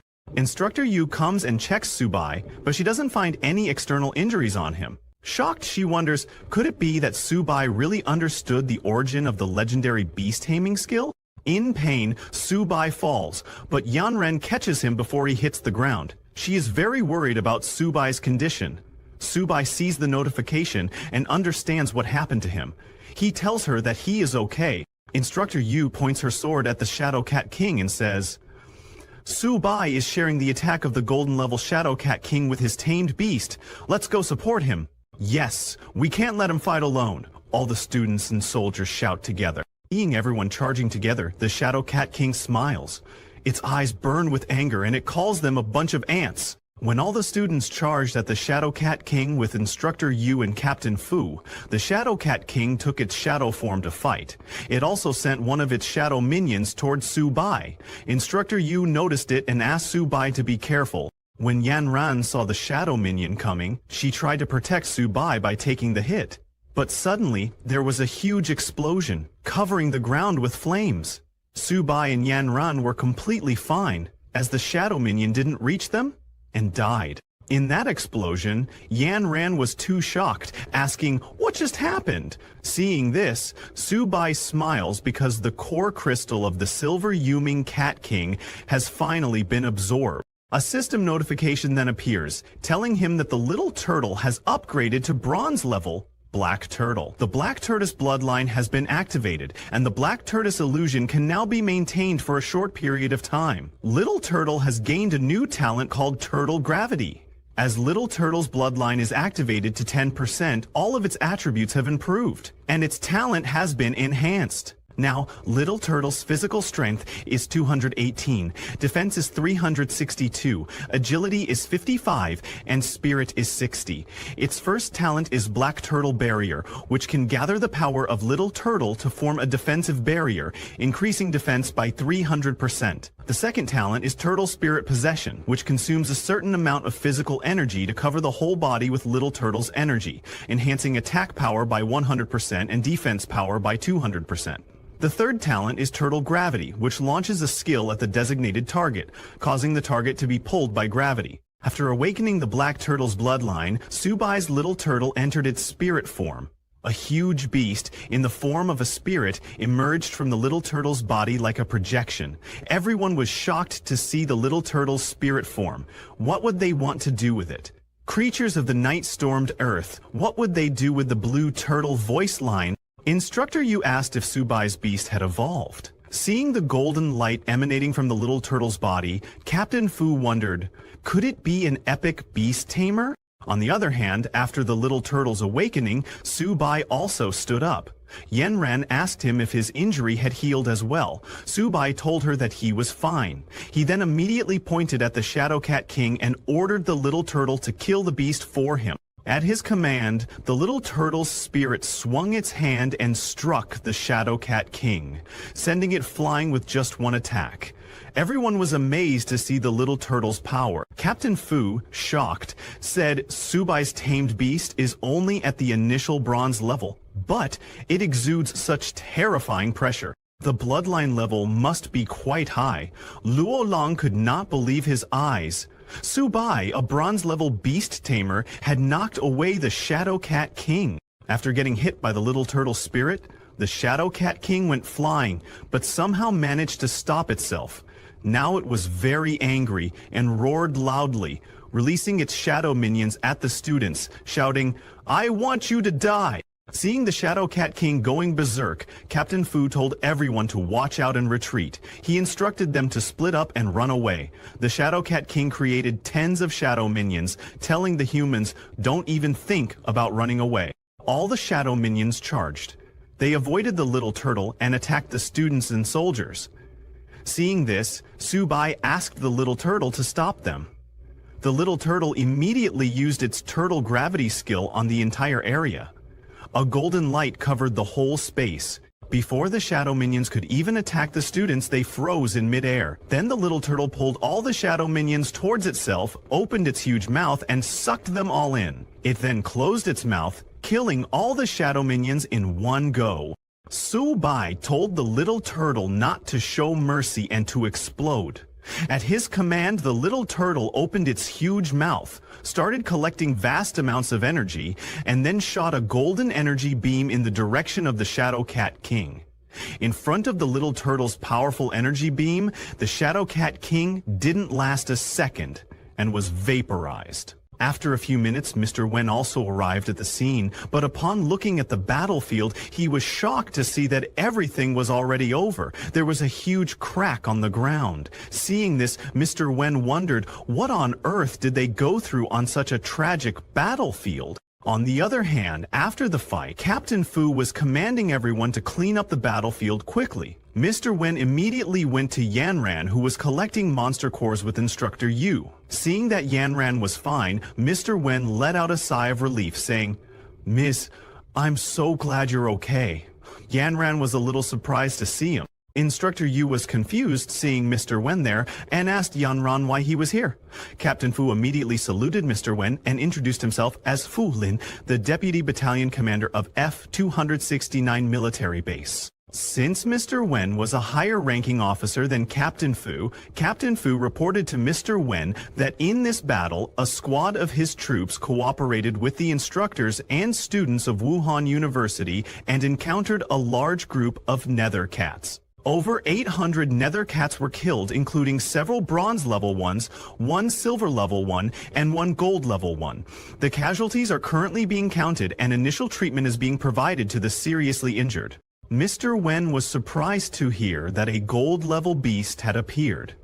Looking at the crack on the ground, he said, "Captain Fu, you actually killed this gold-level monster? It's unbelievable." Pointing at Subai, Captain Fu reported to Mr. Wen that it was Subai and his trained animals who killed it. Hearing that, Mr. Wen turned to Subai and asked him if he had killed the Shadow Cat King. Subai acted modestly and told Mr. Wen that it was the deputy battalion commander, the instructors, and he who worked together to kill it. It wasn't just his work. Hearing Subai's reply, Mr. Wen was impressed. He patted Subai on the shoulder and asked, "Subai, after graduating from Wuhan University, are you interested in studying at Zhenzhou Fortress?" He added that although the beast tamer had fallen, he would personally guide him. Hearing that, Subai became happy and thanked Mr. Wen for his kindness, saying that he hadn't thought about it yet. While they were talking, Captain Fu came and reported to Mr. Wen that the battlefield had been cleared. He asked Mr. Wen to please give instructions. Mr. Wen instructed everyone to return to base. When they all returned to the base, in front of the teleportation formation, Captain Fu asked the instructors to count the number of people. He told the students to enter the portal in order and to go back and practice hard, saying they were the strongest class he had ever met. All the students thanked the deputy captain before leaving. While the students were leaving, Captain Fu told Instructor Yu that these children were very special, especially the one named Subai, who had a bright future. Instructor Yu agreed with him, saying, "As a freshman, she could not imagine what his future strength would be." Captain Fu smiled and said, "Instructor Yu, we'll meet again later. This time, I owe Subai a life." Instructor Yu told Captain Fu that he was too polite before leaving. One by one, everyone entered the teleportation formation and returned to Wuhan University. Subai and Yanran were together, and he was very happy to finally be back. Jinjian was very excited, shouting, "This trip was really thrilling!" When they returned to the university, they saw students standing right in front of them, holding banners to welcome the heroes of victory. All the teachers and students of Jiangzhou Wuhan University gathered to welcome the heroes' victorious return. A teacher gives a bouquet of flowers to Luo Yong, saying, "Welcome home, hero." Luo Yong was surprised and told the teachers that the real hero is Subai, saying, "We are nothing, we are just cannon fodder." Other injured students came after Luo Yong and agreed with him, telling the teachers that it's good enough they could come back alive. If there weren't so many missing classmates around them, they would have suspected that today's experience was just a dream. Instructor Jian comes and pats Subai's back, saying, "I already know your situation on the battlefield. You are all heroes of Jiangsu Wuda. Your test scores this time will be the highest ever." Hearing about the assessment results, Subai gets very happy and says that now he just wants to go back to the dormitory, take a shower, and have a good sleep. All the students laugh and say that they all want to rest. In Subai's room, Jinjian asks others if they feel that the bed is extra soft tonight. Feng Chao laughs and tells him that he's been trapped by this bed. He turns to Han Jin and asks him that since they accomplished such a great feat this time, they should be credited with this military achievement, right? Han Jin laughs and asks him how many resources he can exchange for his limited military capabilities. He adds that since Brother Su killed the gold-level monster, Subai can exchange it for a bunch of cultivation resources. Suddenly, Han Jin remembers something, stands up and asks Subai what kind of turtle his is. He says he'll buy one to raise at home. If nothing else, he'd feel at ease watching the cuckold. While they were talking, Little Turtle was lost in his dream of a female turtle harem. The next day, in the early morning, someone continuously starts knocking on Subai's room door. Irritated by the sounds of knocking, Han Jin wakes up. He shouts, telling the person outside to stop knocking already. He's angry and wonders who could be knocking this early in the morning, but when he opens the door, he's shocked to see heaven outside his door. There were many girls standing in front of the door, holding gifts in their hands. A girl in glasses steps forward and says, "Juniors!" Pointing at Subai's bed, Fan Chao told the girls that his brother Subai went out for a run. He asked them if they knew his brother. Hearing that Subai wasn't there, the girls became very disappointed and asked Fan Chao why he didn't say so earlier. The purple-haired girl told him that everyone on campus knows Subai now. With a sad face, she said, "Too bad Subai doesn't know me." Jinjun also wakes up and is surprised to hear that his brother Sue is famous now. While leaving, the purple-haired girl told them to turn on the TV and take a look. She also took the breakfast box and gave it to Hanjin, saying, "Since Subai isn't here, I'll just take the breakfast back then." Hanjin and the other two were shocked to see how the girls changed after learning that Subai wasn't there. They all turned out to be gold diggers. On the other hand, Subai was running on the university's field. While he was taking note of his health, suddenly an important broadcast aired on Longqua's military channel. It attracted the attention of everyone in the stadium, and they all looked at the broadcasting screen. The announcement stated that yesterday, several provinces experienced large-scale attacks by ferocious beasts from the myriad races on myriad races behind human lines. Among the beasts attacking the bases, gold-tier combatants were present in each instance. Students from martial arts universities across provinces were massacred, with survival rates less than 1 in 100. During this campaign, the instructors and students of Zhangzhou Martial University fought valiantly. They slayed 1 gold-tier beast, 1 silver-tier beast, and numerous bronze-tier and ordinary-tier beasts.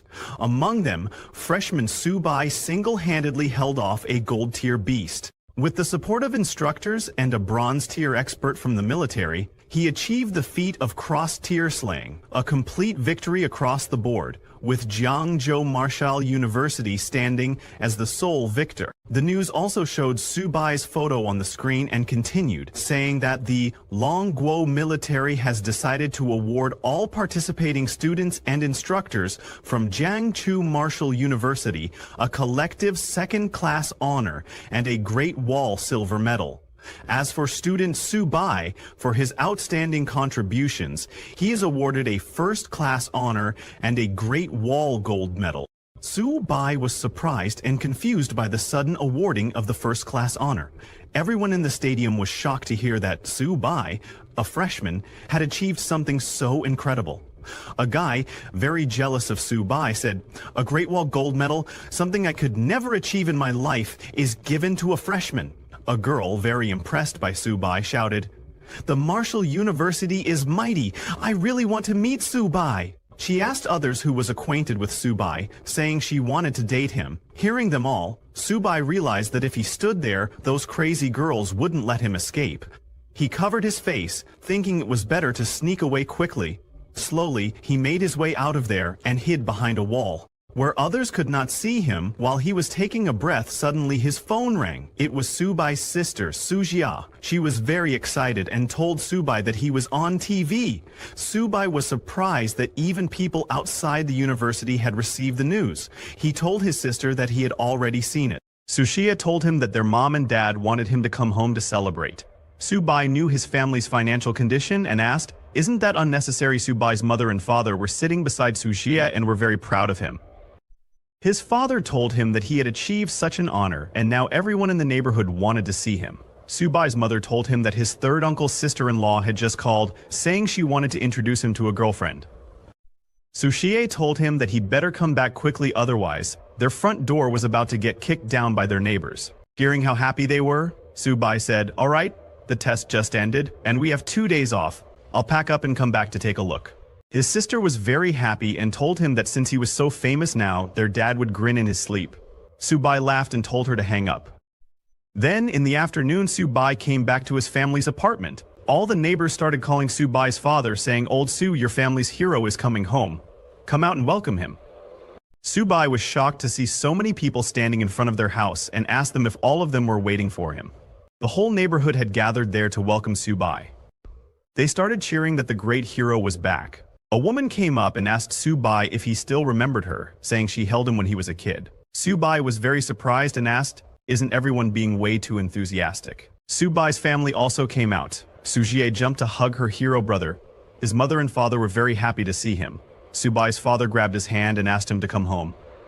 While he was going, another woman asked Subai to come and eat at her house, saying she made seafood dumplings. Subai thanked her but told her that he was allergic to seafood. An old man came forward and asked Subai's father to bring Subai to his house, saying he had stewed turtle soup and invited them to have some together. Subai's father thanked everyone and told them that they had already prepared food at home. He added that he would bring Subai to visit each of them once he had rested. Subai told them that later on he would definitely visit all the uncles and aunties. Hearing that, an old auntie came forward and asked Subai's father to bring Subai over later, mentioning that her granddaughter was a university student in the city. They can meet there, but another uncle came forward and told that auntie that her granddaughter wasn't worthy of Subai. He said her granddaughter had just graduated this year, and he would introduce Subai to her. Subai's father didn't expect his neighbors to behave like that. Somehow, Subai and his family returned to their house. Subai was exhausted from dealing with all of them. He said that if he had known it would be like this, he would have snuck back after dark. Sushia told him that wouldn't work because Anchang had installed surveillance outside their house. She was just waiting for Subai to come back so she could introduce her granddaughter to him. Subai's father immediately walked towards the kitchen, telling them that he would cook personally today. His mother told Subai to take a rest first, saying that she and his dad would cook. She asked her daughter to come help out. Subai immediately threw his bag on the side of the sofa and sat down. He finally got a moment to catch his breath, but before he could rest, suddenly a system notification popped up in front of his eyes. The system detected a contractible creature, a little kitten, and asked Subai if he wished to tame the little kitten. Subai was surprised to see that notification. It was the Beast Master's intuition. Seeing his surprised expression, Sushia asked him what was happening. Subai asked his little sister if their family had gotten a cat. She pointed at a little cat eating food in the corner of the room and asked him if he meant Little White. Seeing the cat, Subai asked her if they couldn't have a more impressive one. Sushie pet the little cat and asked Subai what was not impressive about Little White. "It's so cute," she said. She told him that after he took Little 8, she found Little White on the road a few days ago, so she brought it home. Subai didn't argue with his sister and told her that it was cute if she said so. He thought that if his sister liked it so much, maybe he shouldn't tame it.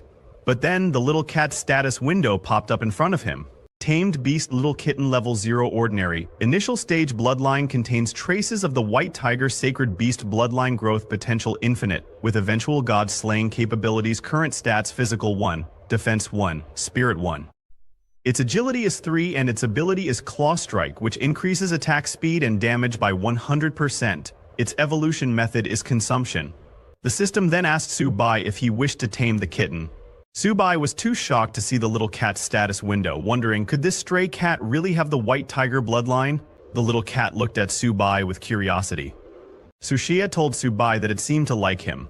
Subai clicked on the tame option, thinking he should tame it first and figure it out later. After taming the little cat, he turned to his sister and, while smiling, called her to discuss something. He told her that it was about the little cat because her brother is a beast master. Before Subai could finish what he was saying, Suja immediately declined. She took the little cat and said, "Brother, since you already took Little 8, don't think about taking Little White." Subai tried to convince her, saying they could negotiate on this. He asked her if she didn't want a laptop.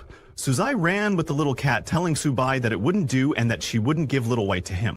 A few minutes later, Subai's mother came with food and saw Subai chasing Suzia, who was running away with the little cat in her hand. Then, 2 days later, when Subai returned to the university, he had both Little Turtle and Little Cat with him.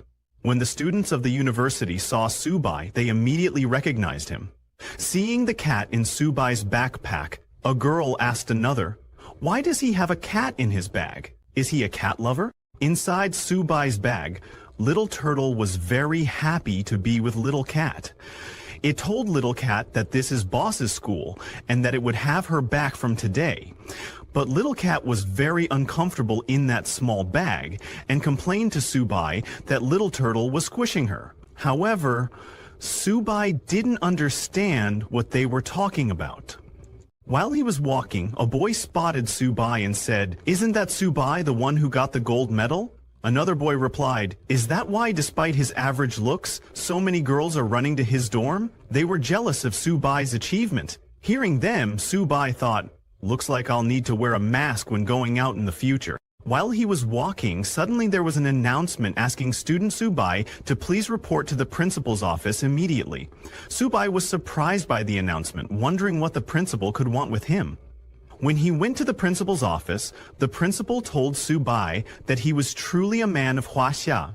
Because of his excellent performance at the F-269 military base, the school had decided to reward him. The principal asked Subai what he would like. Subai said that he was really grateful to the school and also to the principal. Su-bai had always heard that their principal was a stingy man, so it would probably be tough even trying to get some food for little 8.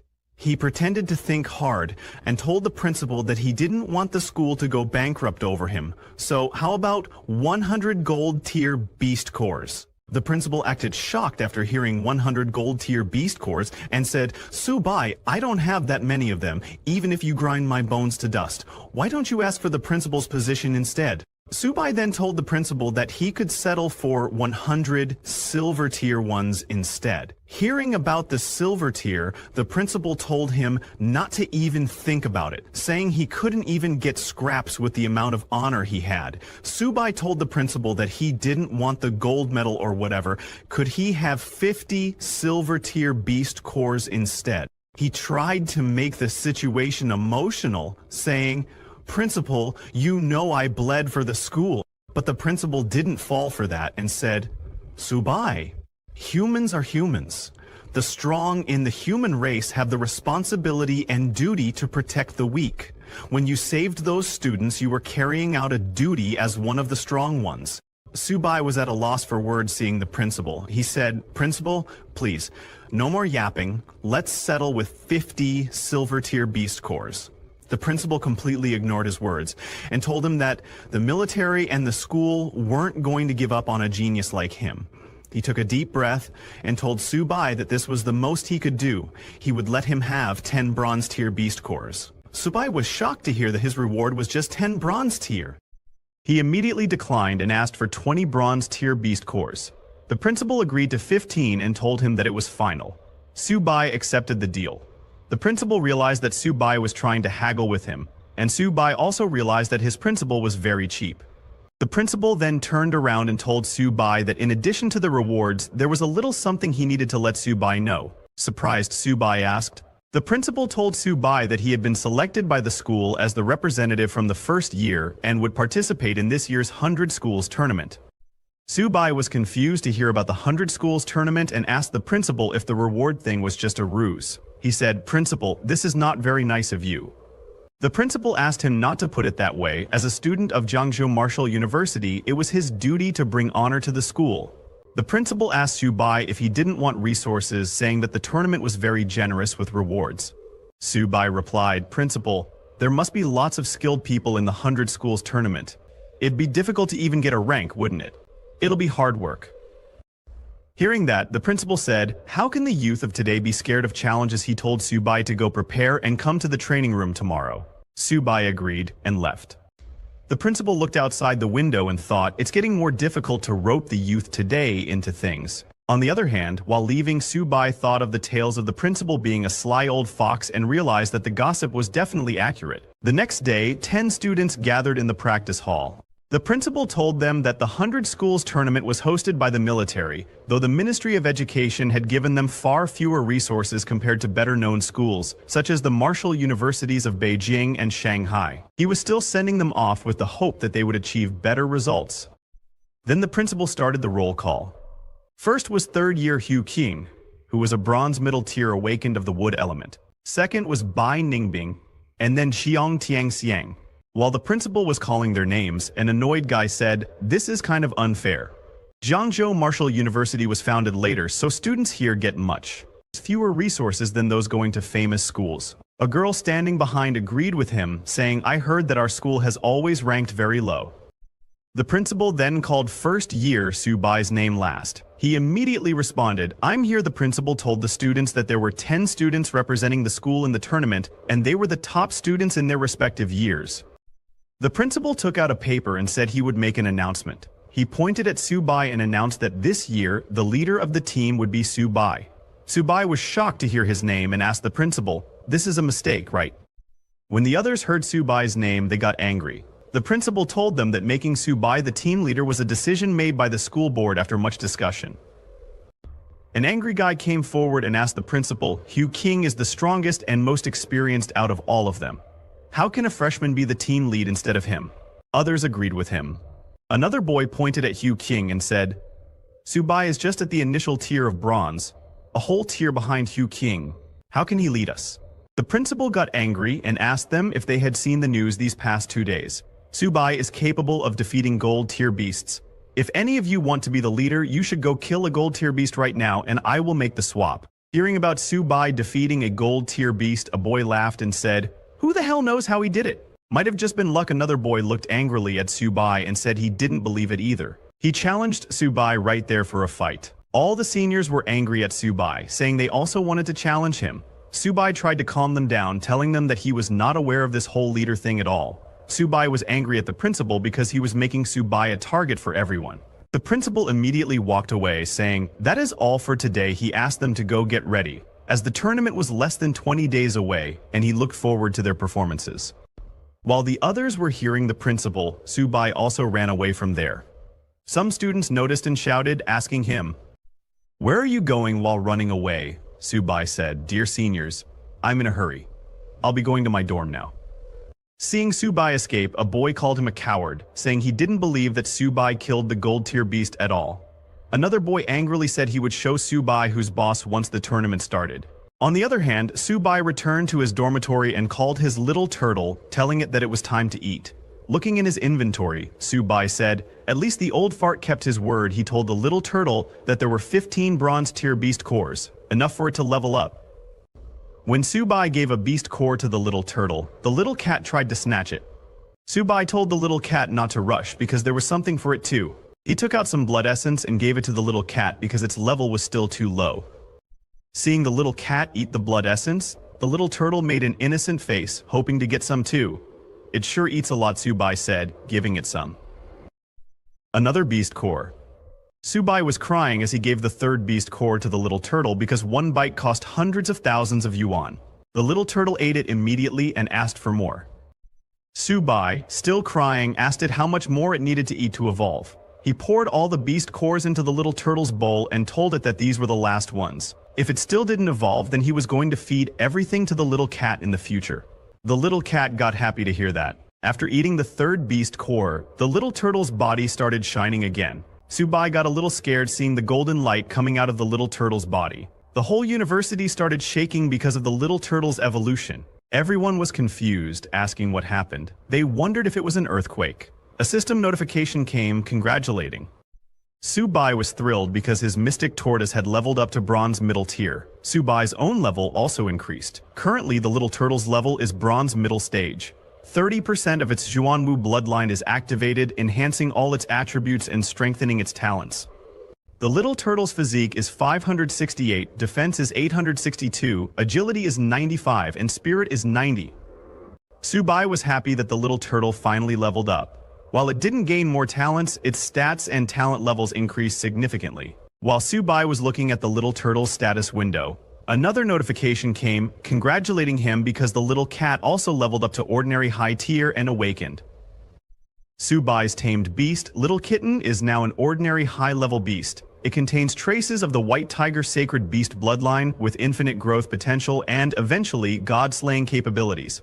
Now its strength is 39, defense is 38, agility is 79, and spirit is 25. It also has 3 talents. The first talent is Claw Strike, which activates by consuming stamina, increasing attack speed and damage by 100%. The second talent is Bloodlust, which activates by consuming stamina, increasing attack by 100%, 500%. The graver the wounds, the higher the bonus. The third talent is Ghostly Haunting Step, which increases movement speed by 100%, 200%. The bonus increases as more vitality is consumed. Seeing the second notification, Subai jumped in. The next day, Subai went to the Jiangzhou Martial University Library. He was surprised by the sheer size of the building. He remarked to the librarian that he hadn't expected Jiangzhou University's library to be so vast. The librarian explained to Subai that the library had been established even before the university was founded, serving as the cornerstone of Jiangzhou Martial University's heritage. While speaking with Subai, the librarian scanned his ID and was astonished. She hadn't expected a freshman to already have 180 credits. As a beast tamer, Subai asked her about books related to beast taming. The librarian pointed in a direction and informed Subai that the beast taming books he was looking for were over there. He was free to look up whatever information he needed. Subai thanked her and went to the beast taming section. He was a little surprised to see that there were actually quite a few books on beast taming. He thought it would take him a long time to go through all of them. While Su Bai was selecting his first book, he noticed a book written by Lo Fan. When he read the name, he felt that he had heard it somewhere before. Su Bai picked up the book, and while flipping through its pages, he noticed the beast taming skills described in it. The skills included Heavens and Earth Converge, the Undying Soul, Divine Weapons Gathered, Sacred Beasts Armed, the Roots of Grass and Trees, and Origin Confluence. Su Bai recognized the bibliophile Origin Confluence skill as he had already mastered it. He wondered what the Undying Soul and Sacred Beasts Armed might mean. While Su Bai was engrossed in reading the book, he didn't realize that he had already lost track of time. Nations noticed Su Bai coming out. These seniors noticed Su Bai coming out. These seniors were the same ones selected to compete in the university competition alongside Su Bai. Seeing him emerging from the beast taming section, one of the seniors mocked him, saying, "A beast tamer has no future, no matter how much they study." Su Bai didn't even notice them, as he was fully engrossed in the book he was reading. He was amazed by its contents and said to himself, "I didn't expect Senior Luo Fen to be so powerful." He created 3 divine skills: Origin Confluence, Sacred Beasts Armed, and the Undying Soul. He even single-handedly fought against the invasion of all the tribes. It's a pity he was eventually outnumbered and died on the battlefield. Even with just a brief look at the book, Su Bai was captivated by the extraordinary achievements of Luo Fan. Su Bai realized that he needed to read this book carefully, but suddenly something shocking happened. While Su Bai was reading, the book began to shine brightly. He was shocked and confused, unable to comprehend what was happening or why the book was floating. He even felt a strange force flowing into his body. After the book stopped shining, Su Bai went to the librarian. Showing her the book, he asked if he could borrow it. The librarian was surprised to see the book because it didn't have a classification label. She told Su Bai that it probably wasn't part of the library's collection. Su Bai insisted that it couldn't be true, as he had taken it directly from the bookshelf. The librarian decided to check and investigate further. The librarian tried to examine the contents of the book, but even after using all her strength, she couldn't open it. Frustrated, she wondered why she couldn't open the book. Su Bai was surprised to hear this and said, "That can't be right. I was just reading it a moment ago. Let me take a look." But when Su Bai tried to open the book, it opened immediately. Su Bai showed it to the librarian and said, "How is it possible that it couldn't be opened?" The librarian was equally confused and said, "Maybe something went wrong." She told Su Bai to keep the book and read it, adding that he could return it whenever he was done. Su Bai immediately took the book and asked the librarian if he could borrow it for as long as he wanted. The librarian agreed, and Su Bai was delighted to hear that.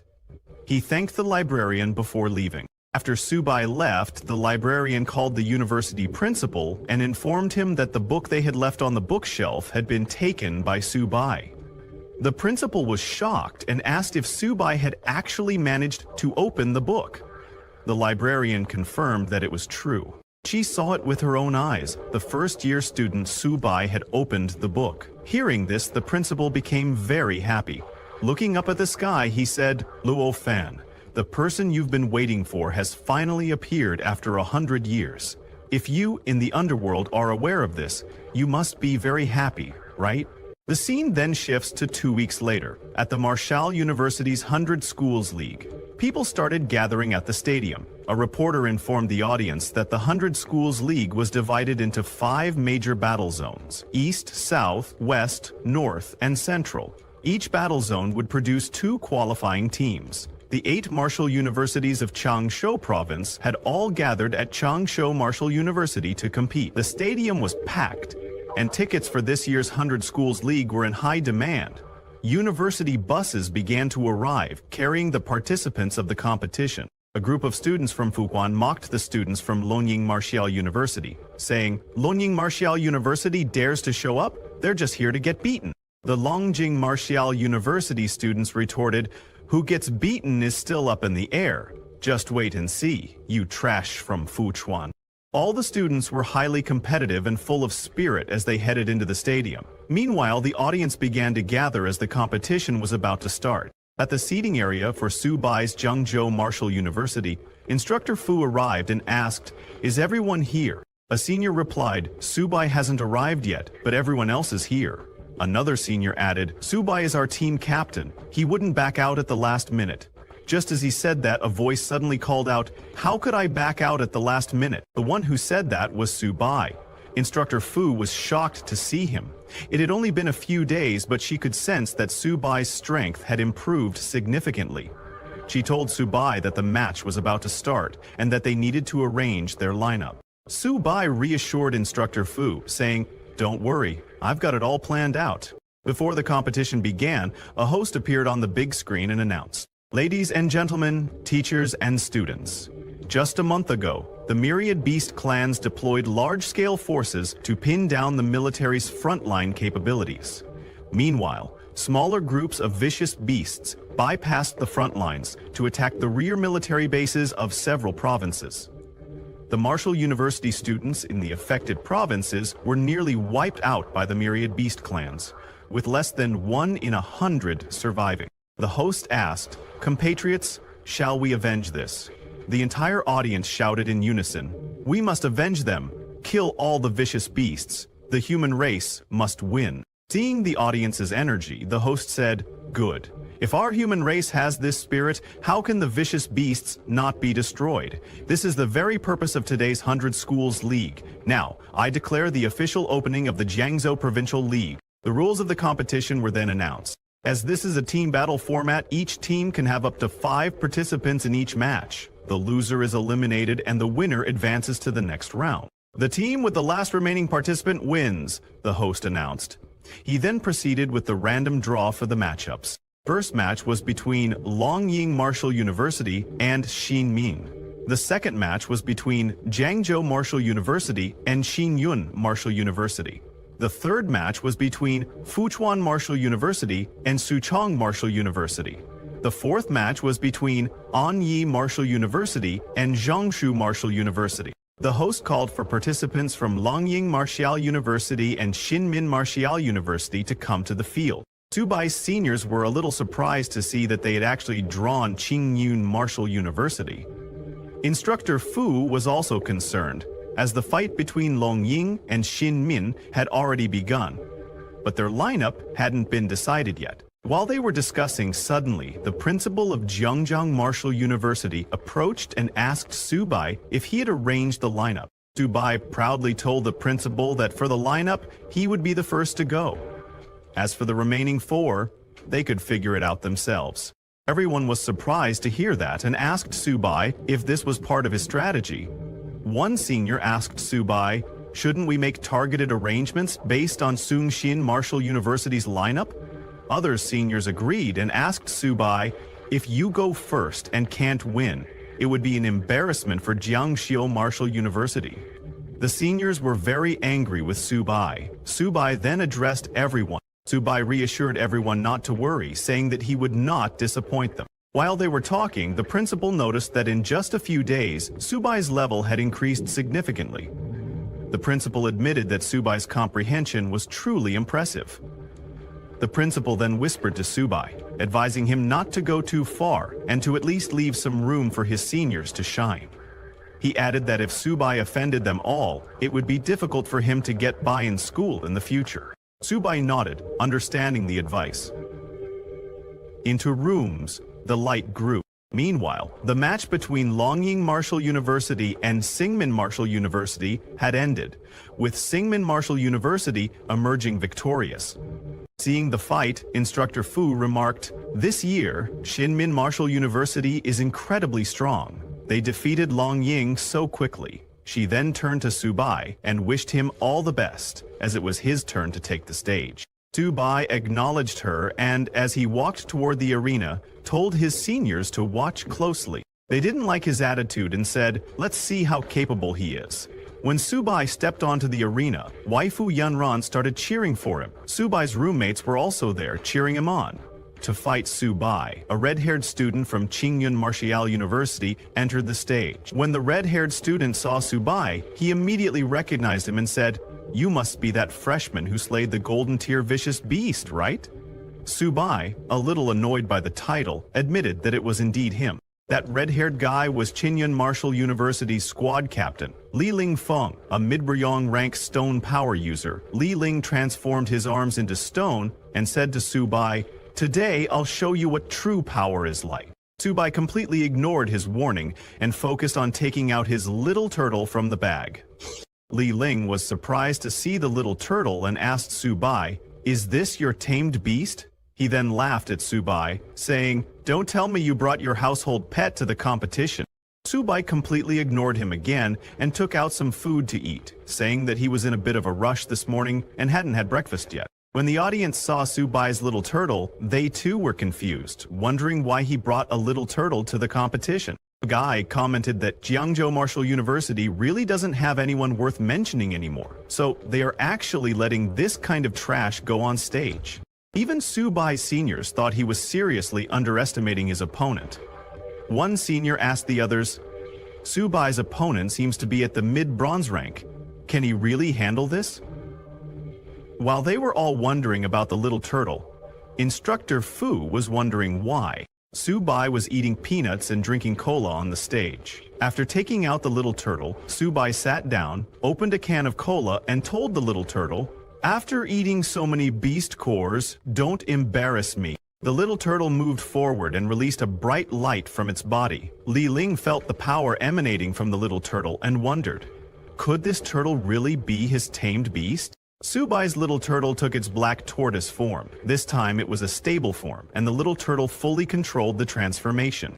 Li Ling was terrified upon seeing the little turtle's overwhelming form. The whole audience was shocked to see such a massive turtle. One guy remarked, "This turtle's one eye alone is as big as a basketball." Looking at the little turtle's armor, one man asked, "Is that its skin?" This is clearly armor, and it's actually shining like metal. Being able to project mass really did seal the deal for these stars, and the turtle became associable with the image of superpower and superhumanness. Turtle number 6, Van Haberman, age 23, escapes from an MJ science tower, where he concludes his mission by receiving powers of his own.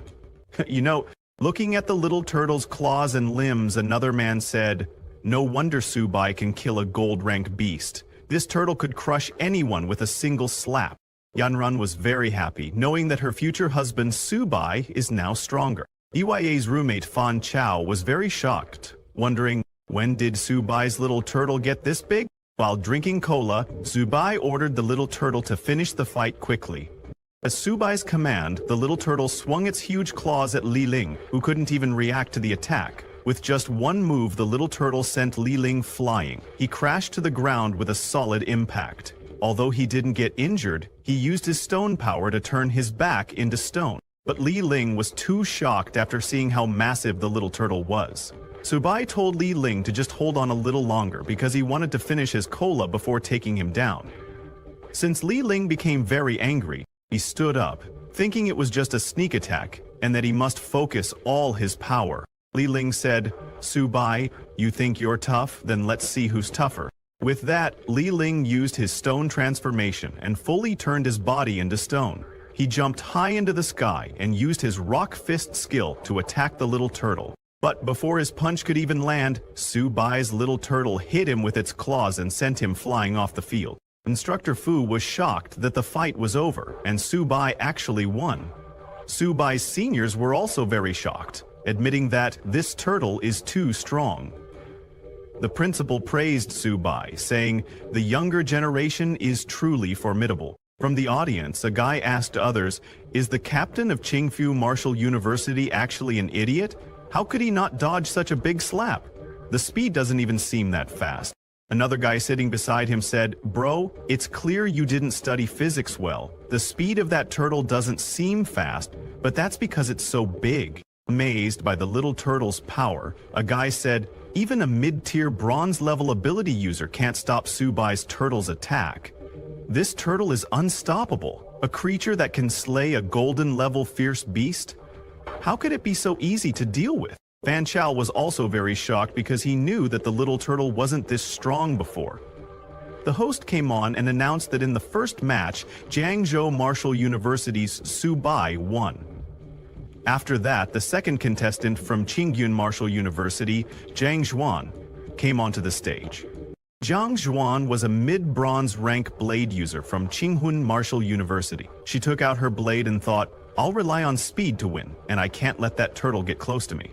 Thinking that, she charged at the little turtle with full speed, changing her direction repeatedly to confuse it. The host told the audience that Xuan was using her speed advantage, constantly staying outside the range of the giant turtle's attacks. Hearing that, the whole audience shouted, "Yes, that's how you fight. The guy who went up earlier was dumb." All simultaneously as the golem swung out of it, a Pokemon riding on the nature of a YN was thinking that as long as she found an opportunity, a strike will be enough to win. Instructor Fu was a little worried, seeing that Zhu had been dodging and looking for an opportunity, while the turtle couldn't hit her at all due to its speed. The seniors were also worried, thinking that Su Bai was still underestimating his opponent. They all were concerned for Su Bai, but Su Bai was enjoying his snack with cola. Zhuan moved to the right side of the little turtle. The little turtle attacked with full power, even destroying the ground. But Zhuan jumped into the air and dodged the turtle's attack. Landing on the ground, Zhuan said, "Su Bai, your turtle is really strong, but I can choose to directly deal with the beast Tamer." Saying that, she jumped to attack Su Bai, thinking it was too late for him to reverse the situation now. Su Bai was still drinking his cola. Instructor Fu got scared seeing that Xuan was about to attack Su Bai directly, and Yanran was also very worried, asking Su Bai to be careful. Lian strikes at Su Bai with her sword, saying, "Su Bai, you lost." But before her sword could even touch him, the little turtle hit her and sent her flying. The little turtle used its tail to attack, which Suen was unaware it could do. Seeing the little turtle's attack, the audience jumped in excitement, calling that move the turtle's divine tail swipe. Yenran also let out a sigh of relief as it was a close call. Su Bai's seniors were shocked to see that Su Bai won again, asking, "Isn't that too fast?" Both Instructor Fu and the principal admitted that Su Bai is really strong. Mortal Sense walked down the mountain and proceeded to find a resting place. She had just finished her meal, but on the way, Xuan lost her sword, so there was no point in fighting anymore. On the other hand, Shu also had the most beautiful eyes in the world, and Xuan also walked over to Xuan. She told the little turtle that it was too close to him, and then he told Xuan to hurry up and heal herself, as his little turtle's strike was a bit too harsh this time. Xuan was seriously injured, and some doctors took her off the stage on a stretcher. On the other hand, Su Bai returned to his turtle and said, "All right, I'm going to get serious now." He stood beside his little turtle and asked, "Who's coming up to challenge me next?" Has already defeated 2 members of the Qingyun Martial University squad. When the third opponent comes to fight, Su Bai's little turtle doesn't even give her any chance and hits her with its huge claws. The third opponent is defeated in just 1 move, without Su Bai even giving the little turtle any instructions. Su Bai starts to get bored and asks for the next opportunity, but even the 4th opponent is defeated easily by the little turtle. Su Bai doesn't even look at the opponent, starts taking self. After Su Bai's little turtle defeats the 5th opponent, the host comes onto the arena and announces that Jiangzhou Martial University's Su Bai wins. The whole audience is shocked, seeing that Su Bai from Jiangzhou Martial University ate peanuts the entire time, relying on a turtle to fight in the ring, and still won. They have never seen such an unbelieved consensus in their whole lives. All the girls became Su Bai's fans. Weifu Yanran was also very happy to see Su Bai win. Han Jin praised Su Bai for winning 5 separate hurdle meets. Fan Chao gave Su Bai a name, One Man 5 Wins. All the audience followed Su Bai and started calling him One Man 5 Wins, to which Fan Chao responded, "Chicken." While leaving the area, Su Bai felt very embarrassed when he heard what people were calling him. He wondered why it sounded so weird, as if he were being called a turtle. When Su Bai returned to his team, Instructor Fu patted his shoulder, telling him that he did well. The principal was also very happy to see that Su Bai single-handedly defeated the formidable Qingshan Martial University, bringing great honor to James Martial University. Su Bai was shocked when she learned of the Su Bai. Thank you all for the prize. Then, the instructor turns to everyone and tells them to go rest for a bit because the morning matches are over. After the lunch break, they will continue with the 2nd round later. The principal tells all the students that during the league, the cafeteria is open to all contestants for free. Everyone can go and enjoy the food to replenish their energy. Su-Bai gets very happy and immediately goes to the cafeteria with his little turtle. While Su-Bai is eating and resting, all the other universities are planning their strategies. At Fuku Martial University, Harris explains to his professors that if they will prepare themselves for the worst-case scenario, Fuku Martial University will likely give them that. His bewildered mind wrapped itself in a cloud of fear. Subi raced for the vestibule and back down the raised stairs to the basement where the paramilitary officers were waiting.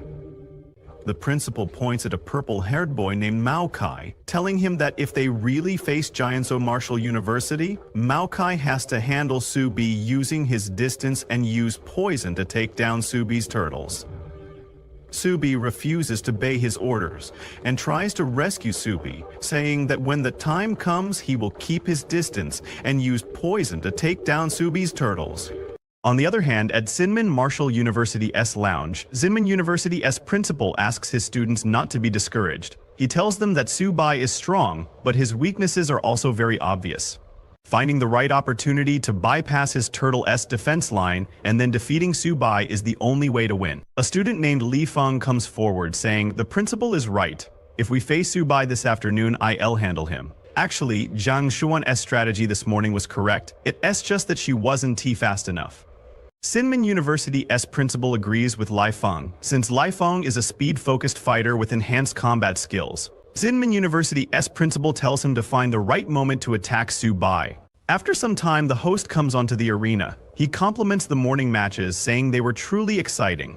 The students demonstrated spirited determination and a tenacious, fearless spirit.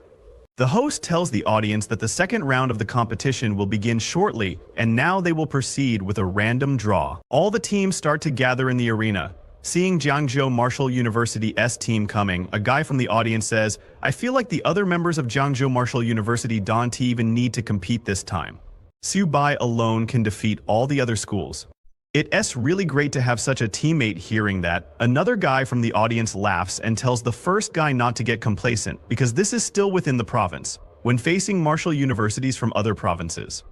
Jiangzhou Martial University will still be beaten so badly that it won't be able to hold its head up. Students from Jiangzhou Martial University. He agrees with him, because Jiangzhou Martial University has always struggled to hold its heads up before, but now with Su-Bai, they are even more irrelevant. While they were talking, the host announced the results of the 2nd round draw for the Provincial League. The first match was between Jiangzhou Martial University and Zinman Martial University. The second match was between Fuchuan Martial University and Annie Martial University. The third match was between Longying Martial University and Qinyunyun Martial University. And the fourth match was between Zichang Martial University and Jiangsu Martial University. The second round starts, and for the first match, Su-Bai from Jiangzhou Martial University and Li Feng from Zinman Martial University come onto the arena. Seeing Su-Bai coming into arena, Li Feng said, "As expected, Jiangzhou Martial University have sent Su-Bai to take the lead. Luckily, we've already prepared a strategy specifically for him." Li Feng starts stretching. When Su-Bai, who was very relaxed, saw Li Feng stretching, he asked Li Feng to don't be so nervous, telling him that he just have to endure for a bit and it'll be over soon. The host gives signal and the match begins. Captain of Zinman Martial University Li Feng was a high-level bronze rank hunter. He immediately get ready to attack, telling Su-Bai to don't be too arrogant. Li Feng used his clear wind step skill and charged at the little turtle. He was so fast that it created an afterimage. When the little turtle tried to attack Li Feng, it could not touch Li Feng's afterimage, only his real body. Li Feng got behind the little turtle and, with all his power, kicked it. But his attack didn't deal any damage to the little turtle. Li Feng was surprised to see that he couldn't even break through the little turtle's defense. The little turtle used its tail to attack Li Feng, but he jumped and dodged the little turtle's tail. This continued. The little turtle tried to attack Li Feng, but Li Feng easily dodged its attack. The people in the audience were surprised to see that the little turtle was unable to hit Li Feng. A guy laughed at the little turtle, asking others to look at how Su-Bai's turtle seemed provoked by Li Feng and was angry, howling repeatedly. A girl asked her friend what would happen if Li Feng suddenly charged at Su-Bai. Does he have any chance of winning? Her friend told her that Li Feng might actually have a chance because right now Li Feng is just bullying Su Bai's turtle for being so dim-witted. The girls who were cheering for Su Bai before now start cheering for Li Feng, shouting, "Come on, Li Feng." In the arena, Li Feng runs away from Little Turtle, provoking it to chase him. Su Bai's seniors immediately realize that Li Feng is trying to lure Little Turtle away from Su Bai. Instructor Fu starts to get worried, wondering what Su Bai is doing and why he isn't coming up with a solution. A senior looks closely and tells Instructor Fu that it seems like Su Bai is looking for something. Well, he was right. While Little Turtle was fighting with Li Feng, Su Bai was looking for a cola in his bag because his lunch had been a bit salty. He was very carefree and started drinking cola in the middle of the fight. On the other hand, little by little, Li Feng was luring Little Turtle away from Su Bai. The whole audience started cheering for Li Feng. After creating quite a bit of distance between Little Turtle and Su Bai, Li Feng thought, at this distance, even a tail swipe won't work. But when he turned around to attack Su Bai, he was shocked to see that Su Bai was drinking cola. He got very angry and charged at Su Bai, shouting, "Su Bai, you're looking down on me too much!" Li Feng jumped to attack Su Bai, yelling that he would make him pay the price. But Su Bai didn't even look at him and simply called for his Little Turtle. Just as he called, a yellow light shot toward Li Feng. Before Li Feng could hit Su Bai, his body turned yellow and froze in midair. Li Feng was shocked. He couldn't understand what was going on or why he couldn't move. The yellow light came from Little Turtle's black tortoise illusion form. Su Bai ordered Little Turtle to stop playing around and to hurry up and finish.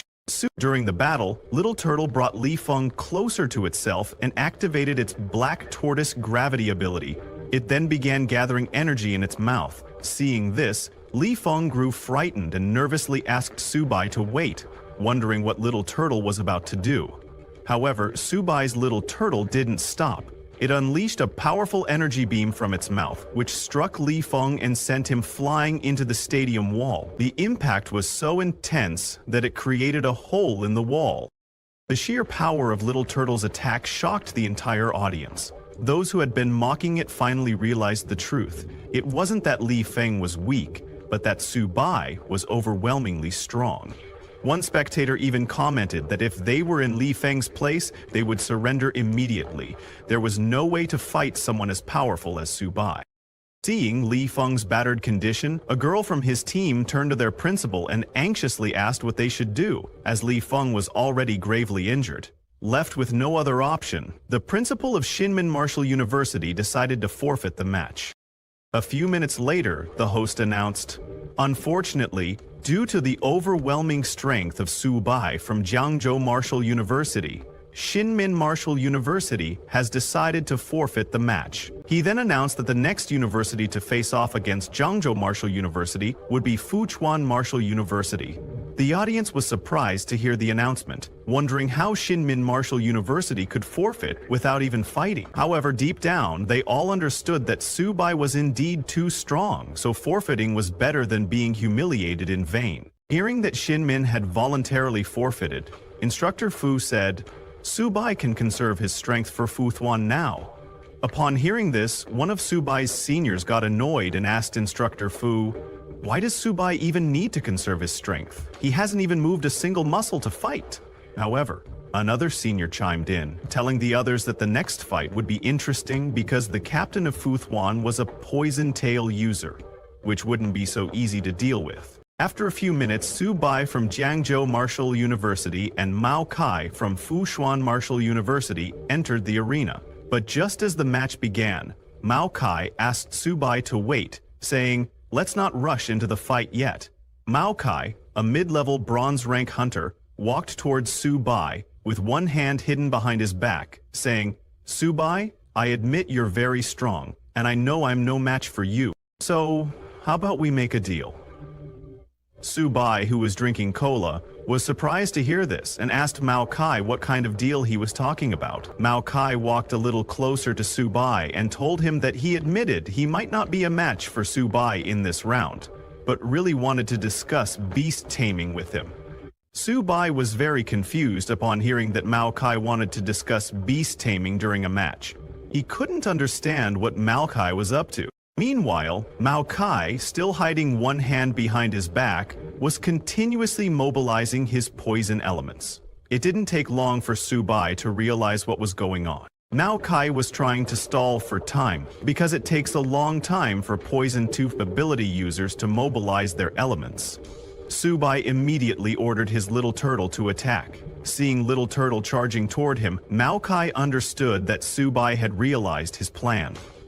However, it was too late. Mao Kai had already mobilized his poison elements. He unleashed a poison fog toward Little Turtle, confidently telling Su Bai that even a divine beast couldn't escape his poison fog. The fog quickly surrounded Little Turtle and began moving towards Su Bai. Seeing the poison fog approaching, Su Bai realized there was no way to dodge it. A senior from Su Bai's team panicked, exclaiming, "Su Bai is too careless. I heard that Mao Kai poisoned quite a few high-level beasts in the previous trials." Instructor Fu also panicked, asking what they should do. However, Su Bai's principal remained calm and reassured the others, saying, "Don't panic, the match isn't over yet." When the poison fog hit, Little Turtle immediately held its breath and closed his eyes.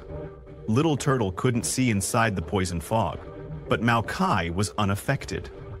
Smiling, he passed through Little Turtle easily, thinking, "Su Bai, let's see how long you can last in my poisoned fog.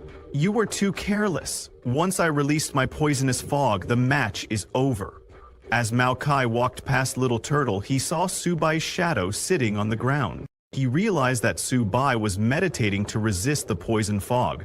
However, Su Bai wasn't just facing the poison fog. Mao Kai took out his poison claws and leapt high to attack Su Bai. But before his poison claws could even touch Su Bai, a shield appeared and blocked his attack. Su Bai smiled, noticing the sneak attack from behind in the poison fog, and said, "Mao Kai, too bad you ran into me." Mao Kai was shocked, wondering how this was possible. As a beast tamer, how could Su Bai withstand his full-powered poison claw attack in the poison fog? Su Bai's principal was stunned to see Su Bai using shared origin. A confused instructor Fu asked the principal, "What is shared origin?" The principal explained that it was a high-level beast tamer talent and was surprised to see that Su Bai could already transfer. The beast's defense was directed at himself in the arena after blocking Mao Kai's attack.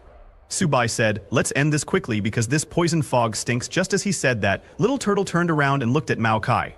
Upon seeing Little Turtle's red glowing eyes, Mao Kai became very scared because his location had been exposed.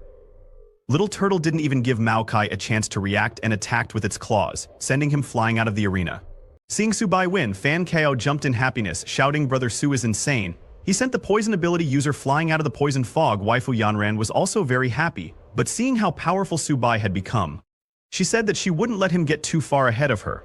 The whole audience started cheering for Su Bai and his turtle, calling him one man. 5 Wins, the host, then appeared on the big screen and announced that since student Mao Kai of Fuchuan Martial University was unable to continue fighting, Fuchuan Martial University had chosen to forfeit. Therefore, the winner of this provincial league was Jiangzhou Martial University. After winning the competition, Su Bai was very happy and proud of his beast, Little Turtle. He patted the little turtle and said, "It's time to wrap up." When Su Bai came down from the arena, his principal praised him, telling him that he had brought honor to Jiangzhou Martial University this time. Well done. Hearing his principal's praise, Su Bai asked, "In that case, can I get some more medicine resources?" Hearing this, the principal understood that Su Bai was trying to take advantage of him again. But he wouldn't fall for it so easily. The principal tried to change the topic and pointed at Su Bai's seniors, telling them that, since Jiangzhou Martial University won the provincial league, the military would award them military merit points, which they could exchange for resources at the logistics department. Hearing that, an annoyed senior asked the principal, "Since they only sent out Su Bai, do military merit points have anything to do with us?" The principal was at a loss for words upon hearing that. He changed the topic again, saying, "In 3 days, we'll be heading to Luo City to participate in the All Warzone League. Do you have confidence?" Su Bai immediately replied that they did have confidence. Hearing that, the principal said, "Good." He turned around and added, "Since everyone's tired, go back and have a good rest to prepare for the Warzone League in 3 days." Su Bai tried calling the principal again to ask him. Su Bai tried to ask about the resources, but the principal didn't even look back. While leaving, he told Su Bai that he was looking forward to seeing his outstanding performance in 3 days. Seeing the principal run away, Su Bai called him an old fox because he ran so fast when it came to resources. Then, after some time, it was broadcast on the news that the Provincial League of the 100 Schools League had now concluded. The top three were Imperial Capital Martial University, Magic City Martial University, and Great Wall Guard Martial University. Many talented individuals performed exceptionally well in this league, but the most dazzling of them all was Su Bai from Zhangjiangzhou Martial University, who won all three matches, 1 versus 5, securing the overall championship for Zhangjiou Province. Students of Zhangjiou Martial University were amazed to see that Su Bai was in the news again. Now those fangirls really wanted to meet him. Meanwhile, Su Bai went to his university's training room. He was happy to finally find a quiet place. He took out his little cat from his bag, telling it that he knew it was eager. But there would definitely be a chance for it to go on stage later. Su Bai exchanged his military merit points for 4 high-grade silver beast cores. He showed them to the little cat, telling it to eat them sparingly. He first gave 1 core to the little cat, and upon seeing the core, the little cat's eyes lit up, and it immediately ate the core. Just as little cat ate that core, its whole body started shining, releasing yellow energy from its body. Su Bai immediately received a system notification telling him that his ordinary high-grade common bronze rank cat had upgraded to a sharp gold white tiger. Little Cat's sacred beast white tiger bloodline had been activated, and it acquired the sharp gold gale talent. Su Bai was amazed to see that his little cat leveled up after eating just 1 core and that its white tiger bloodline had been activated. Su Bai immediately gave the other 3 remaining beast cores to his little cat, telling it to eat a few more. Seeing the 3 more cores, little cat jumped in happiness and started eating them immediately. Su Bai told it to eat slowly, saying, "No one's going to steal them from you." Su Bai thought that after eating these, his little cat should be able to level up again, but after the little cat ate those 3 cores, it didn't change. Su Bai was very confused, seeing that his little cat ate all of them and there was no reaction. He wondered if those high-grade silver beast cores were fake, but suddenly, little cat's whole body started shining again in yellow light. This time, the light was 10 times stronger than the first time, and when the light stopped, Su Bai was too shocked to see his little cat. The little cat's body had completely transformed. It grew taller than Su Bai and looked even more amazing. Seeing that, Su Bai thought it was way cooler than Little Turtle's transformation. A notification came, telling Su Bai that his sharp gold white tiger had upgraded to intermediate bronze level. Immediately, Su Bai checked his little cat status window. Little cat had leveled up. To intermediate bronze level, its white tiger bloodline has been activated by 30%. Its attributes have greatly improved and its talent has been enhanced. Currently, its constitution is 158, defense is 105, agility is 295, and spirit is 60. Little cat has 3 talents. The first talent is sharp gold claws. It consumes a certain amount of physical energy to launch 100 attacks on a single enemy in a very short period of time. The first attack's power is 150% of the basic attack value, and after each attack, the amplitude of the next attack increases by 2%. The second talent is Sharp Gold Spirit. It consumes a certain amount of energy to cover the whole body with sharp gold energy. Each attack has a 200% tearing effect. It can be used in combination with Sharp Gold Claws to greatly increase the damage caused by Sharp Gold Claws. The third talent is Sharp Gold Ghost. It consumes a large amount of physical energy, causing movement speed and attack speed to increase by 300%. It can be used in combination with Sharp Gold Claws, allowing Sharp Gold Claws to complete 100 attacks instantly. Seeing Little Cat's status window, Su Bai became very happy, saying it was worth giving Little Cat 4 high-grade silver beast cores because these stats are insane. Su Bai petted the little cat, telling it that he was counting on it for the Warzone League. Little Cat became very happy to hear that and hugged Su Bai. Meanwhile, at the Imperial capital, where the Warzone League was going to be held in 3 days in a huge mansion, a man, while watching Su Bai's match on television, said, "This Su Bai is interesting. It seems he has a lot of secrets." The man ordered his subordinate to go and investigate Su Bai, saying maybe his turtle is even more ridiculous than Luo fans back then. His subordinate said yes and left. 3 days later, at the Lohe Martial University competition venue, teams from all over the country arrived for the competition. They were all amazed to see the venue, with many commenting, "As expected of Lohe Martial University." The competition venue was several times larger than others. When Su Bai and his team entered, they saw the entire audience cheering for Lohe Martial University to win the championship. Su Bai and his seniors were confused, seeing everyone supporting Lohe Martial University. The principal of Jiangzhou Martial University informed Su Bai and the others that Lohe Martial University was trying to intimidate them. While walking, Su Bai noticed an empty area and asked his principal, "Why is there an empty area over there?" The principal told Su Bai that only 9 martial universities were participating this time, and 1 university had voluntarily forfeited. Su Bai then asked the principal, "Since there are only 9 martial universities participating, doesn't that mean 1 university will have a bye during the random draw?" The principal confirmed, saying yes, and it all comes down to luck. Whoever gets the bye will advance directly to the next round. Hearing that it was all up to luck, Subai prayed to God that they wouldn't get the bye during the draw later, because he was counting on playing more matches to earn military contributions to feed those gluttons. He was referring to his turtle and cat. Subai's senior stepped forward and asked the principal to please allow him to participate this time, no matter what. Hearing that, the other seniors also approached the principal, requesting to participate as well. Subai was shocked to see that all of them wanted to participate. The principal laughed and reassured all the seniors, saying that this time everyone would have the opportunity to compete. As they walked toward their designated area, the principal told them to wait for Subai to draw lots first. A few minutes later, when the draw was complete, the host appeared on the big screen to announce the matchups.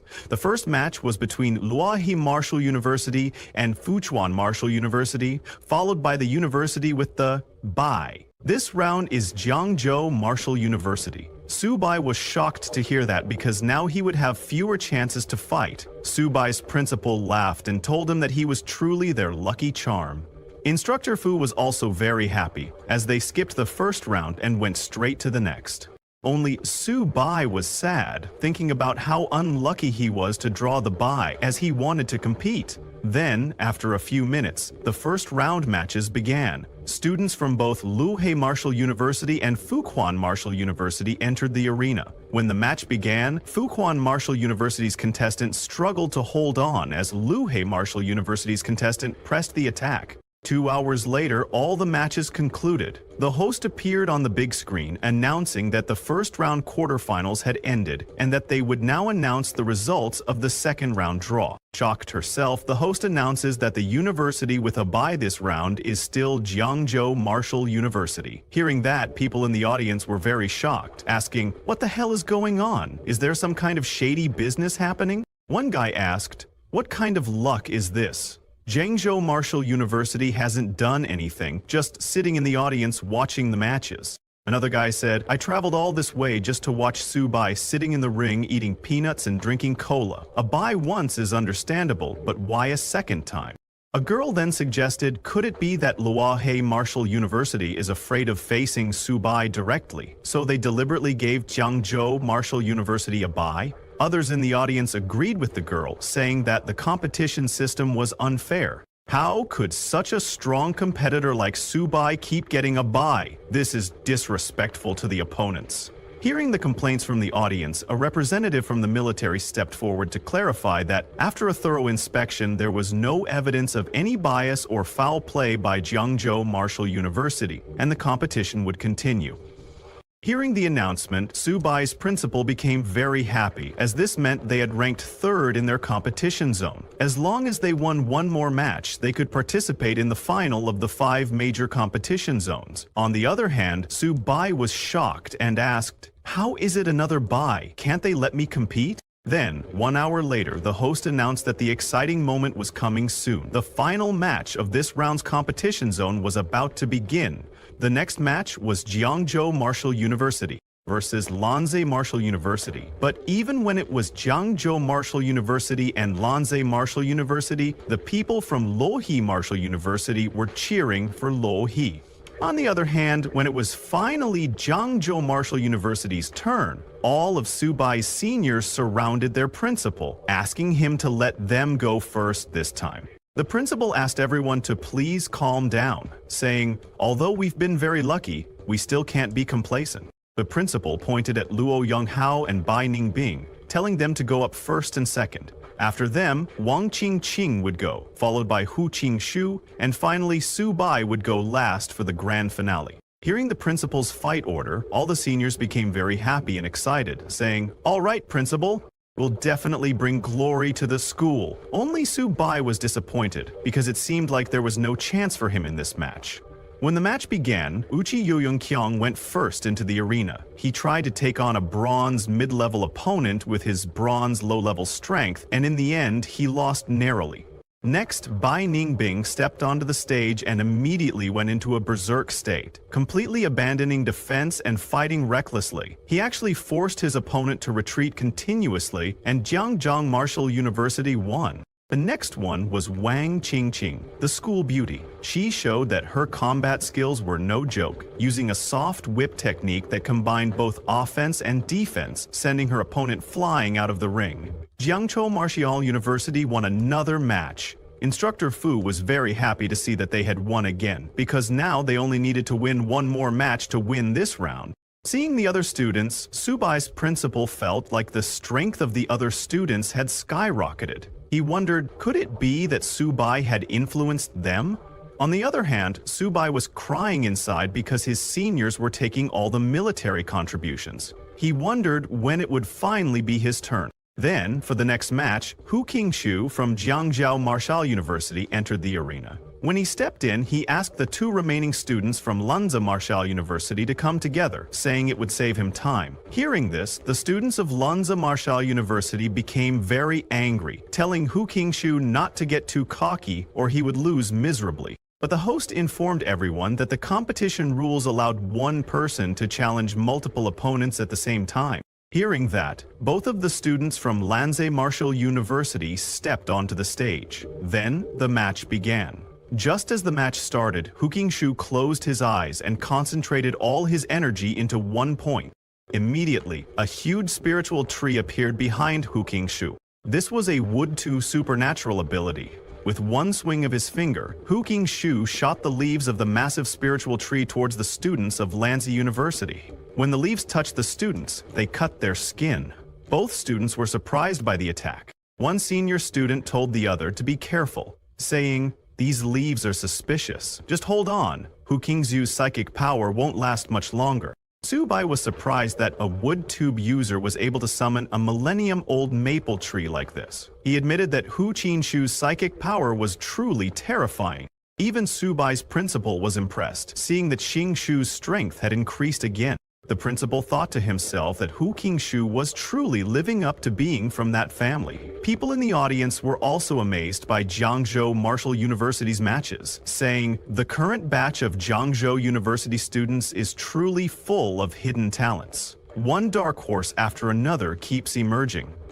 "Even Senior Hu Qingshu is this strong?" a guy from the audience commented, "but I still think Subai is stronger. After all, his tamed beast has already defeated a golden ranged one." On the other hand, Hu Qingshu's leaf attack was getting stronger by the second. The two students from Lanza University were struggling in the middle of the leaf attack. They began to panic because there were no signs of weakening in Hu Qingshu's assault. To end the match, Hu Qingshu gathered hundreds of leaves together and shot them at the students of Lanza University to break through. In that attack, both students from Lanza University were sent flying, unable to defend themselves. They fell out of the arena and lost consciousness. The host announced that in this round's competition, Jiangzhou Martial University won. On the other hand, Lubohei Martial University also won their match. The host congratulated both Jiangzhou Martial University and Lubohei Martial University for advancing to the national finals. After winning, Hu Qingshu returned to his university's venue. The principal praised Hu Qingshu, telling him that his performance had surprised everyone. Hu Qingshu thanked his principal. The principal then told everyone that the real hero of this competition was still Subai. Subai was shocked to hear that he was considered a hero. He thought the principal was making fun of him for not being able to go on stage. The principal told everyone that if it weren't for Subai getting 2 consecutive buys in the draws, they wouldn't have won so easily. Everyone was at a loss for words. The principal then told them that since they were all exhausted, they should get some rest and be ready because 1 week from now, they would be heading to the national finals. He told the students that this time, in addition to the military contribution rewards earned by each student in the competition, the school would provide extra resources as training rewards. Subai was shocked to hear that because he was coming back empty-handed this time. He had to figure out how to gather some resources to feed those 2 gluttons. On the other hand, Subai's seniors became very happy hearing the principal's announcement and started cheering, saying, "Long live the principal!" Meanwhile, at the Lin family mansion in Waifu, Yan Ran was practicing with some robots when her uncle Wen came to tell her it was time to eat. Yan Ran, while practicing, kicked a robot and sent it flying. She then turned to her uncle and told him that she wasn't hungry yet and wanted to practice for another hour. Hearing that, Uncle Wen sighed because ever since Subai participated in the 100 Schools League, all Yan Ran did every day was watch Subai's matches and practice like crazy, completely ignoring the balance between work and rest. Suddenly, Yan Ran called out to her Uncle Wen, telling him that the pills he gave her were almost used up. She asked if he could help her ask her father for more, because she wanted to increase her strength as quickly as possible, Yan Ran said. Her uncle agreed and left, feeling very annoyed. He knew that many top families in the imperial capital had proposed marriages to Yan Ran, but she had rejected them all with a single word. Her uncle was worried, wondering what kind of potion Subai had given her. Then, 7 days later, Subai and his team arrived at Magic City. When they arrived at the university, all the seniors were amazed to see a huge golden university gate. Looking at the gate closely, one senior asked if the gate was made of solid gold because it was sparkling. Another senior commented, "This is just too luxurious." But Subai was not impressed by the gate. He said, "This gate alone must have cost billions. What a waste." The principal told Subai that it cost more than just billions. The materials alone cost 1.8 billion, not to mention that the gate was built in 1 day by 20 gold-level and 5 platinum-level experts working together. The principal then asked Subai to look at the motto of Magic City Martial Arts University and the Grand Gate. It's all meant to showcase the spirit that only the strong can protect the nation. While they were talking, a black-haired man came to welcome the students from Jiangzhou Martial Arts University. The man greeted Principal Zhou and introduced himself as Jiang Ming, the vice president of the student council at Magic City Martial Arts University. Jiang welcomed them into Magic City Martial Arts University and asked them to please follow him. Principal Zhou said, "All right," and began following Jiang.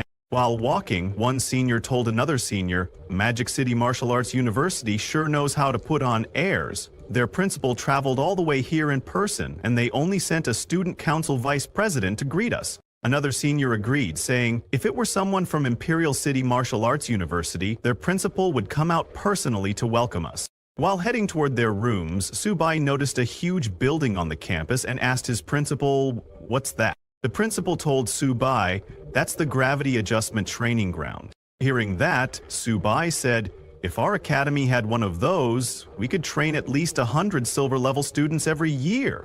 Subai's words hit the principal in the heart. After some time, everyone arrived at the hotel. Zhang told Subai and his team that this was the hotel where they would be staying and dining. Zhang explained that the first floor offered a 24-hour buffet, with all the ingredients being meat from ferocious beasts of various species, cooked by top chefs. It was very beneficial for enhancing a martial artist's blood energy, and there was no limit to how much they could eat. Subai asked Zhang again if it was really unlimited. Zhang replied.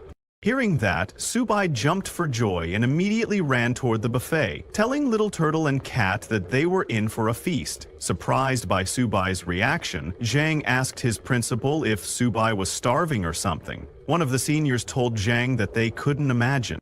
"How much can this turtle of Subai eat?" one senior asked. Another senior said to the others, "If Subai goes in, will there be anything left for us to eat?" Hearing that, all the seniors hurried to the buffet, or they would go hungry tonight. Seeing them like that, Zhang was at a loss for words. The principal laughed and said, "Young people, so full of energy." The next day, when Subai's team entered the competition venue, they were surprised by how big it was. One senior commented, "The competition venue at Magic City is really on another level. I've only ever seen such a large venue on TV." Subai's principal was already at the venue. He asked all his students to stop acting as if they had never seen the world before. The principal then explained the competition rules to them. He told them that this final tournament features martial arts universities from 13 schools. The Great Wall Guard's military academy, being directly under the military, automatically enters the top 4, so there will be no buys. Surprised, one senior asked the principal, "Why does the Great Wall Guard's military academy get a free pass to the top 4? Other seniors agreed, saying it's so unfair. The principal explained, "It's because the Great Wall Guard's military academy is a military genius training base. You may not know, but it's the only martial arts university located on the front lines of the battlefield against the multiracial invaders. The seniors were shocked to hear about a military genius training base. Even Subai was surprised to hear about an academy located on the front lines of the battlefield, saying, "That's intense." The principal told them that's why the national finals are full of hidden talents. Never underestimate anyone. He decided to let Subai take the lead, with Hu Qingsu anchoring. The whole team understood. The team cheered, confident that Jiangzhou Martial Arts University would win. After some time, the host appeared on the big screen and asked all the teachers and students to please settle down because the 100-school competition finals were about to begin. She then announced the draw for the first round of matches. The first match was between Jiangzhou Martial Arts University and Yokohama Martial Arts University. The second match was between Imperial City Martial Arts University and East China Martial Arts University. The third match was between Magic City Martial Arts University and Nanjing Martial Arts University. These three matches would take place simultaneously. Seeing the draw, Subai's principal said their luck wasn't bad, as they didn't draw any of the top 3 universities in the first round. A senior commented that Yokohama Martial Arts University was about on par with them and asked the principal to let him go first. But before the principal could say anything, Subai intervened, saying he would go first. He wanted all the schools to know Jiangzhou Martial Arts University's attitude. Well, it was a straight lie because he just wanted to earn military merit for himself. Students from both universities entered the arena and the match began. As they entered, a student from Yokohama University immediately mocked Subai, saying, "Subai, your university made it to the finals, which is already impressive enough, but this is the end of the road for you." Subai completely ignored the student, opened his bag and took out the little turtle, telling it, "Let's finish this quickly." The little turtle emerged from the bag and immediately transformed into its second form, roaring loudly into the arena. New people in the audience were surprised to see that Jiangzhou Martial Arts University had actually sent a beast tamer to compete. Those who had seen the little turtle before were amazed to see it looked even bigger than before. Everyone was very excited, thinking this was going to be good. On the other hand, after seeing the size of the little turtle, the student from Yokohama Martial University became very scared. He said, "This is way too big, this has to be cheating, I don't accept this." But before he could finish his words, the little turtle hit the student and sent him flying out of the arena. The little turtle had already defeated the student, and Subai was still sitting in his chair, preparing to eat. Seeing the student defeated, Subai acted surprised and said, "You're that weak? I haven't even started eating my peanuts yet." The student from Yokohama Martial University thought that beast tamers were supposed to be. He told the girl that Subai's turtle has insane defense and strength, and it's definitely at the silver level. If someone had a beast like that, they would be crushing bronze-level martial artists like it's nothing. Meanwhile, in the arena, another student from Yokohama Martial University entered. Seeing Subai sitting on a stool and eating peanuts, the student became very angry and told Subai that he was humiliating them. She jumped towards Subai, shouting that she would make him pay, but Subai completely ignored her and continued reading his comic, saying, "This comic is really good." When the girl got near him, the little turtle shot an energy beam from its mouth and sent her flying. The host announced that Subai of Jiangzhou Martial Arts University won. Seeing that not only was Subai snacking on peanuts, but he also brought his own stool, a senior of Subai asked if this was the attitude he was talking about. Seeing this, Subai's principal sighed, saying that Subai really didn't know how to keep a low profile. Humiliating his opponent like this wasn't good. Now, how was he supposed to face Yokohama Martial University's principal, Chen, after this? The principal was saying that, but he was very happy inside. Hu Qingshu told his principal not to celebrate too early because Subai might meet a real challenge soon. He pointed at a different arena and asked the principal if that red-haired boy was the team captain from Imperial City Martial Arts University. The principal looked at that arena, where a red-haired boy from Imperial City Martial Arts University and a boy wearing a mask were fighting. The masked boy jumped to attack the red-haired boy, and when they collided, there was suddenly a huge explosion. When the smoke cleared, the masked boy was on the ground, and it was announced that Imperial City Martial Arts University won. The red-haired boy was a flame user. He apologized to his opponent, saying he had hit a little too hard. Seeing that, Subai's principal felt a little nervous, because the boy was a fire attribute martial artist and was at the peak of the silver level. Seeing a silver level fire attribute martial artist, Subai's seniors were shocked, asking, "Is this the terrifying strength of Imperial City Martial Arts University?" Wu Qingshu told the other seniors that if the Great Wall Guard's military academy doesn't step in, only Magic City Martial Arts University might be able to match them. While they were talking, Subai defeated another student from Yokohama Martial University. The host then announced on the big screen that Jiangzhou Martial Arts University had won the match. Subai and his little turtle were overjoyed upon hearing this. As he was celebrating, two people observed him from the side. One was the principal of Luohe Martial Arts University, and beside him stood Wang Ming-kun, a silver-rank student from his university. Ming-kun asked his principal for permission to handle Subai, confidently stating that he would make Jiangzhou Martial Arts University experience the feeling of 1 versus 5. The principal agreed and advised Ming-kun to use his speed to win, warning him not to engage directly with the turtle. Ming-kun laughed and reassured his principal not to worry. Then, the host announced that the next match would be between Jiangzhou Martial Arts University and Luohe Martial Arts University. Following the announcement, Wang Ming-kun entered the arena, signaling the start of the match. He walked toward the little turtle and mockingly told Subai that he had been lucky in the last round, but wouldn't be as fortunate this time. Subai, however, didn't argue. Instead, he sat in his chair, opened his bag, and took out a cola. He was slightly excited to see that his opponent this time was a silver-ranked wind attribute ability user. Smirking, he declared that he would show Subai the strength of a silver rank. With that, he merged with the wind and transformed into a tornado, launching an attack on the little turtle, aiming to take it out. However, to his shock, he realized that Earth's gravity couldn't lock on to the little turtle. Changing tactics, he abandoned the turtle and went after Subai instead, thinking he could eliminate him before he even had a chance to react. He swiftly moved behind Subai and unleashed a wind blade attack, shouting, "Goodbye, bronze brat." Yet Subai remained unfazed.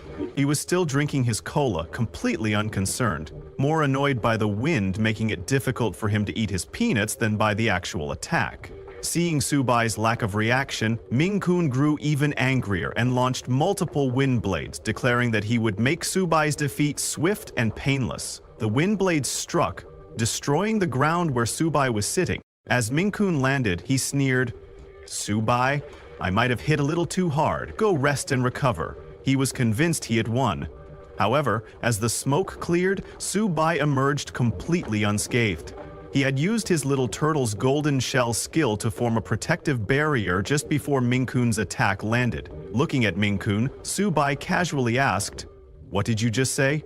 Ming-kun was stunned to see Subai using source synchronization. He couldn't believe that someone had actually mastered Lo Fan's divine technique. Finishing his cola, Subai finally got a little serious. He glanced at Ming-kun and said, "You're a wind attribute ability user, confident in your speed, huh?" He then turned to his little turtle and called it back into his bag. Opening his bag again, he took out his little cat, smirking as he told Ming-kun, "Since you want to play with speed, then let's play using speed." Subai told his little cat that it was her time to shine. Seeing the small cat, Ming-kun burst into laughter and mocked Subai, asking if he was foolish enough to bring his pet cat into the match. Many people in the audience, seeing Subai and his little cat for the first time, also started laughing, asking each other which university he was from. A girl in the audience informed them that he was from Jiangzhou Martial Arts University. She complimented Subai, saying he was interesting for bringing his pet cat, and added that the little cat was adorable. She wanted to raise one too. Meanwhile, Subai's senior students were confused, wondering what he was doing. Was he mocking his opponent? First a small stool, then a cola, and now a pet cat? Worried, one senior asked the others if this strategy would work, considering that Subai's opponent was a wind attribute ability user. However, the principal of Jiangzhou Martial Arts University remained calm. He could tell that the little cat was no ordinary feline. He told the senior students not to rush to conclusions and just watch, because that was no ordinary cat. Ming-kun, unaware of this, continued laughing. He asked Subai to just bring out the turtle again, but Subai ignored him completely. Instead, he told his little cat, "Don't hit too hard. This is just a match, not a battlefield." The moment he said that, the little cat transformed into her beast form and let out a deafening roar. It was so loud that Ming-kun instinctively covered his ears. Shocked, he wondered if the shadow he had just seen was his imagination. But when he looked at the little cat again, he was stunned. She had grown significantly larger and was now lunging toward him. The audience gasped in shock at the transformation. "That's no pet cat. That's clearly a big tiger. Maybe even a white tiger," a man exclaimed. And another person sitting beside him responded, "I've seen white tigers in zoos, but none of them are as big as Subai's cat." Subai's seniors were equally stunned. They watched in disbelief as the little cat transformed into a massive white tiger. They all began wondering whether this was Subai's second tamed beast. One of them, still in shock, turned to the principal and asked, "How is it possible for Subai to have two tamed beasts? Even for a silver rank beast tamer, taming a second beast is extremely difficult." The principal simply smiled and said, "It seems Subai has more secrets than we know." Meanwhile, in the arena, Ming-kun activated his super speed and struck the little cat's neck with a wind blade. His precision and speed were flawless, and the attack landed perfectly. However, when he turned to check on the little cat, he was shocked. The cat had vanished. "An afterimage?" he gasped. He couldn't believe it. How could that little cat be so fast? Subai's little cat began running around Ming-kun at super speed, leaving behind multiple afterimages. Ming-kun was in complete disbelief. "Impossible. I won't admit it. There's no way that little cat is faster than the wind." Frustrated, he turned towards Subai, who was casually sitting in the corner. "Forget the cat. As long as I defeat Subai, I win," he thought. Determined, Ming-kun charged at Subai at full speed. However, before he could reach him, the little cat was already there, blocking his path. She raised her massive paw to strike. Ming-kun was too stunned to react. "This is impossible!" he shouted. But he had no time to dodge. In a single, powerful swipe, Subai's little cat sent Ming-kun flying out of the arena. Ming-kun hit the ground with a solid impact and lost consciousness. The host appeared on the big screen and announced, "Jiangzhou Martial Arts University's Subai wins." The audience was in shock. Subai, a mid-tier bronze rank, had just defeated a silver rank captain from a prestigious university. A man in the crowd commented, "That was almost complete domination. Is this even real?" A girl from Jiangzhou Martial Arts University asked, "Why does it feel like Subai's white tiger is even fiercer than his turtle? What's the deal with this big tiger?" Regardless of what the audience was thinking, one thing was clear. Subai had won, and the entire arena erupted in cheers. The judges panel, one judge turned to the others and asked, "I've never heard of this Subai guy before. What year is he at Jiangzhou Martial Arts University?" Another judge, seated nearby, commented, "Even the top students from elite universities in the capital and the army aren't this strong." He continued, "Jiangzhou Martial Arts University actually produced such a monster this year. They're about to rise in the rankings." Meanwhile, at the Imperial City Martial Arts University's rest area, a student from Imperial City Martial Arts University scoffed, "That Ming-kun from Luhui Martial Arts University is too weak." Looking at Subai on the screen, another student clenched his fists in anger and said, "That country bumpkin bringing two tame beasts to freeload on our tens of thousands worth of buffet? If we meet him, we won't let him off easy." The Imperial City Martial Arts University captain, Zik Swan, laughed and told his teammates, "Subai is too cocky. If we face him in the semi-finals, beat him to a pulp." His teammates nodded in agreement, saying, "That country bumpkin needs to be taught a lesson." Back in the arena, Subai's little cat continued dominating her matches. She easily overpowered the second participant from Luohe Martial Arts University, completely crushing him. When the third participant entered the arena, the little cat sent him flying in just 2 seconds, winning the match instantly. The fourth opponent was an ice attribute user who quickly created an ice wall to block the little cat's attack. But his defense didn't last long. Her overwhelming strength shattered the wall, and Subai won the fourth match as well. After the match, the host appeared on the big screen and announced, Congratulations to Jiangzhou Martial Arts University for advancing to the top 4. The entire audience erupted in cheers. Jiangzhou Martial Arts University rises to the top, they chanted. Seeing Su Bai win and advance to the top 4, Jiangzhou Martial Arts University's principal was so overwhelmed with emotion that he started crying. Heaven has eyes. Our Jiangzhou Martial Arts University has finally made it to the top 4, he exclaimed. When Su Bai returned to his team, all his seniors praised him enthusiastically. One excited senior said, "Now let's see who dares to look down on Jiangzhou Martial Arts University." The principal rushed towards Su Bai, grabbing his hand. "Su Bai, you truly didn't let us down," he said with tears in his eyes. Then, with a proud smile, he added, "You are the greatest contributor to Jiangzhou Martial Arts University in centuries." Su Bai remained humble, responding, "It's my duty." The principal patted his shoulder and told him to sit down. Holding Su Bai's hand firmly, he said, "Making it to the top 4 completes our mission. This will be the most glorious page in our university's history." Turning to the other students, he declared, "Rest assured, your contributions to the university will be richly rewarded." Su Bai was shocked. "Wait, aren't there still the top 4 matches? How is the mission already completed?" he asked. It didn't take long for Su Bai to realize his old principal's true intentions. He was planning to give up and hand over the championship's billions of resources to another university. But Su Bai wouldn't accept that. The principal told Su Bai that their goal of securing a top 6 position and aiming for the top 4 had already been achieved. Then, looking at Su Bai, he asked, "You're not thinking of challenging the 3 top-tier universities, are you?"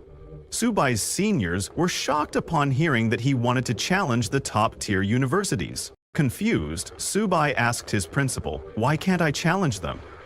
Without waiting for an answer, Su Bai immediately stood up and said, "Look at Madu Martial University. Just their gate alone cost 1.8 billion. Even if Jiangzhou Martial University becomes the 4th-ranked school, we wouldn't dare to be so extravagant." Turning to his seniors, he declared, "In my opinion, we should aim for 1st place and rebuild our university gate.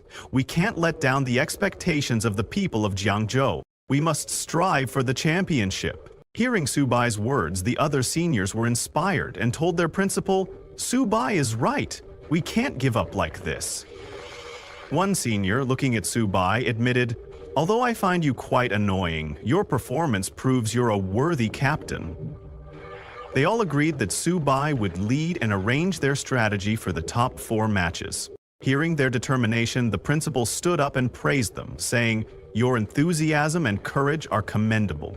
Then he instructed them, "Let's go back and rest. Prepare well for tomorrow's top 4 matches and strive for 1st place." With their principal's approval, all the students left. Watching them go, the principal sighed and thought to himself, "These kids are still young and impulsive. They actually want to challenge the 3 top-tier schools?" Meanwhile, at Dragon Nation's Supreme Military Command, a meeting was in progress. A secretary informed the marshal, "The 100 Universities League is about to enter the top 4 finals and is expected to conclude in 2 days. Meanwhile, the military preparations for the counterattack against the myriad races are complete. Our forces are gathered at the front lines, ready to launch the counterattack at any moment." Hearing this, the marshal nodded and said, "Good. Once the 100 Universities League concludes, the counterattack against the myriad races will officially begin. All students must also go to the battlefield to fight." At his command, all military personnel stood up, saluted, and shouted in unison, "To avenge the tens of thousands of students and mentors who died, those who offend Dragon Nation, no matter how far, will be punished." The next morning at Modu Hotel, in Su Bai's room, he was practicing his martial arts using a book he had obtained from the library. Meanwhile, Little Turtle and Little Cat were happily eating the food Su Bai had gotten for them from the hotel's buffet. As Su Bai trained, he suddenly floated in midair, and a huge surge of energy burst forth from his body. It was the activation of his holy beast armament. Just as it activated, Su Bai unexpectedly swapped places with Little Turtle. In an instant, Su Bai appeared where Little Turtle had been eating, and Little Turtle fell onto the sofa where Su Bai had been floating. Su Bai was shocked and couldn't understand what had just happened. Suddenly, a system notification appeared. Congratulations, Subai, you have successfully comprehended the Beast Tamer's exclusive talent skill, transposition, the system explained. With this transposition skill, within a range of 1 kilometer, the Beast Tamer and their tamed beast can swap positions, ignoring all restrictions. Still in shock, Subai turned to Little Turtle, who looked even more stunned than he was.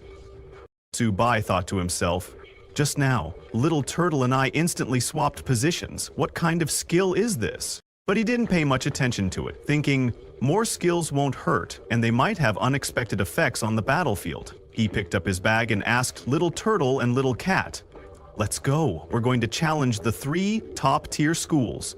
Then he left for the competition. At the stadium, the host addressed the audience. After yesterday's intense battles, the 100 Universities League has finally entered the top 4 competition stage. She then introduced the first competing team, the Great Wall Guardian Military Academy. She explained, the Great Wall Guardian Military Academy was originally a military base of the Great Wall Guardians, established in 1907. It was one of the first military bases erected on the Myriad Races battlefield. In its 94-year history, the Myriad Races have launched hundreds of campaigns against this academy, yet its students and mentors fought to the death, killing countless Myriad Race beasts and warriors.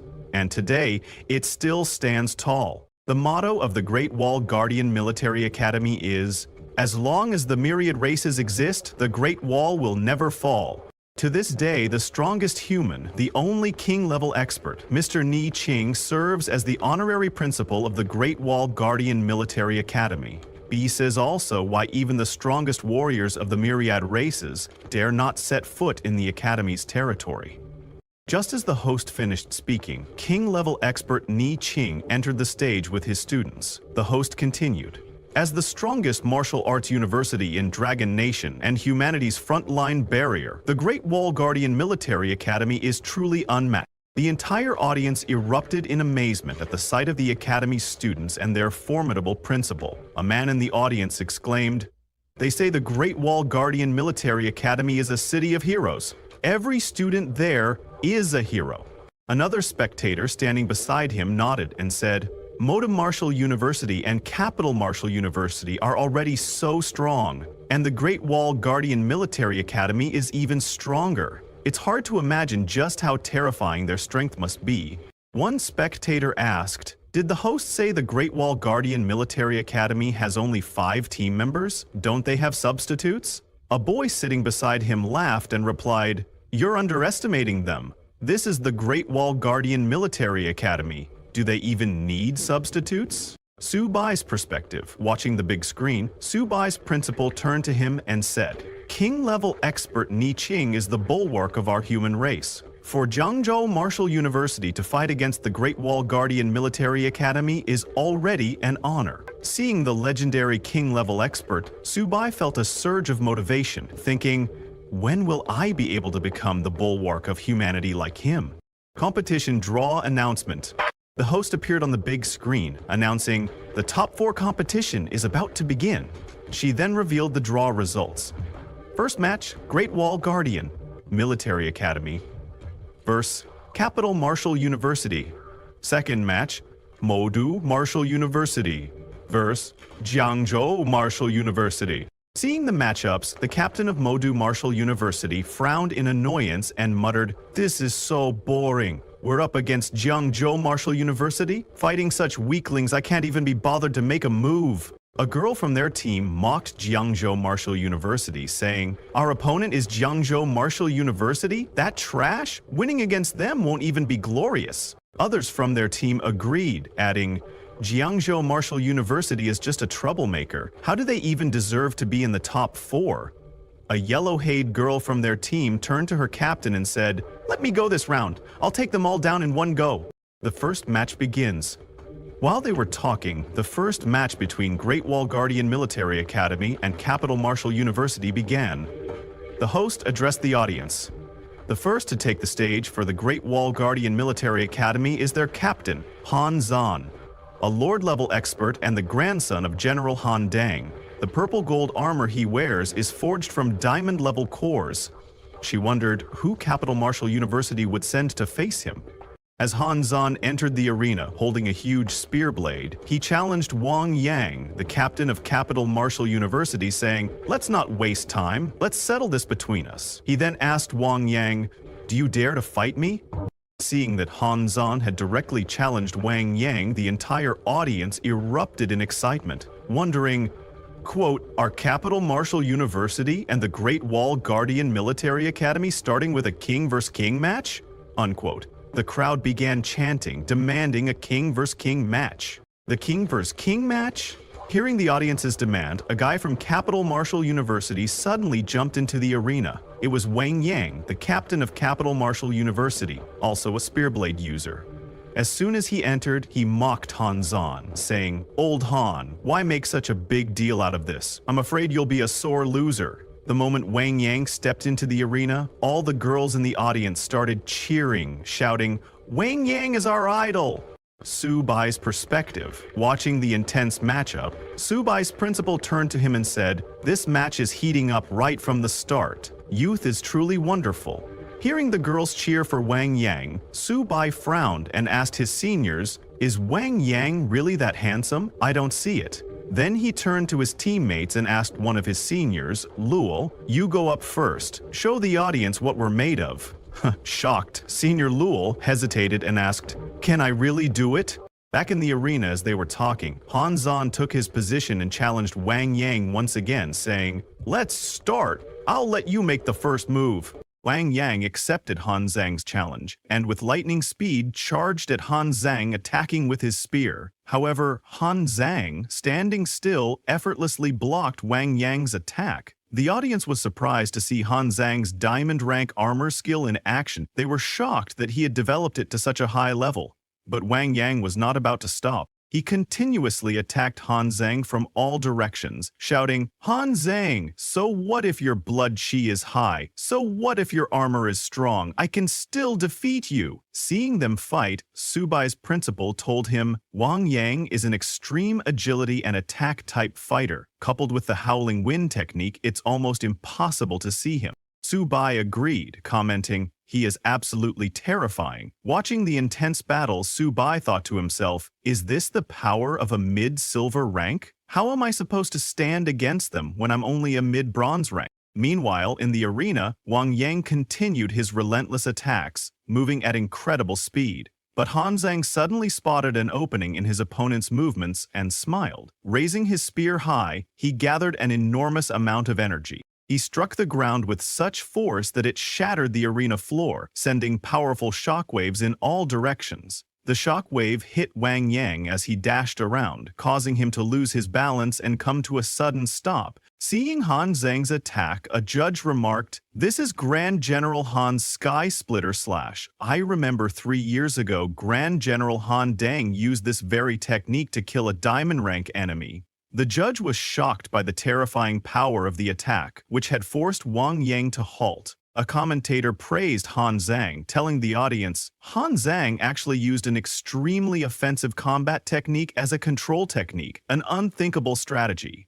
Another commentator added, "Brilliant. Han Zhang truly deserves to be the top warrior of Military Martial University." While everyone was praising Han Zhang, Wang Yang stood up once again, refusing to go down so easily. Swinging his spear, he charged at Han Zhang with full force, aiming to end the match in a single decisive blow. Seeing Wang Yang's direct confrontation, Han Zhang told him, "You're going to lose." With that, he unleashed his most powerful move. A sudden explosion of flames erupted in the arena, even terrifying the audience. Han Zhang's attack was so powerful that Wang Yang couldn't even reach him. The sheer force of the strike shattered Wang Yang's spear, along with every bone in his body. Seeing Wang Yang's condition, the audience murmured in concern, some saying, "That was too harsh." The audience felt even worse upon realizing that Han Zhang had only struck Wang Yang with the back of his blade. If he had used the sharp edge, Wang Yang, the captain of Imperial Capital Martial University, would likely have been a corpse by now. Some people in the crowd were outraged, saying, "It's just a competition. Was it really necessary to go for the kill?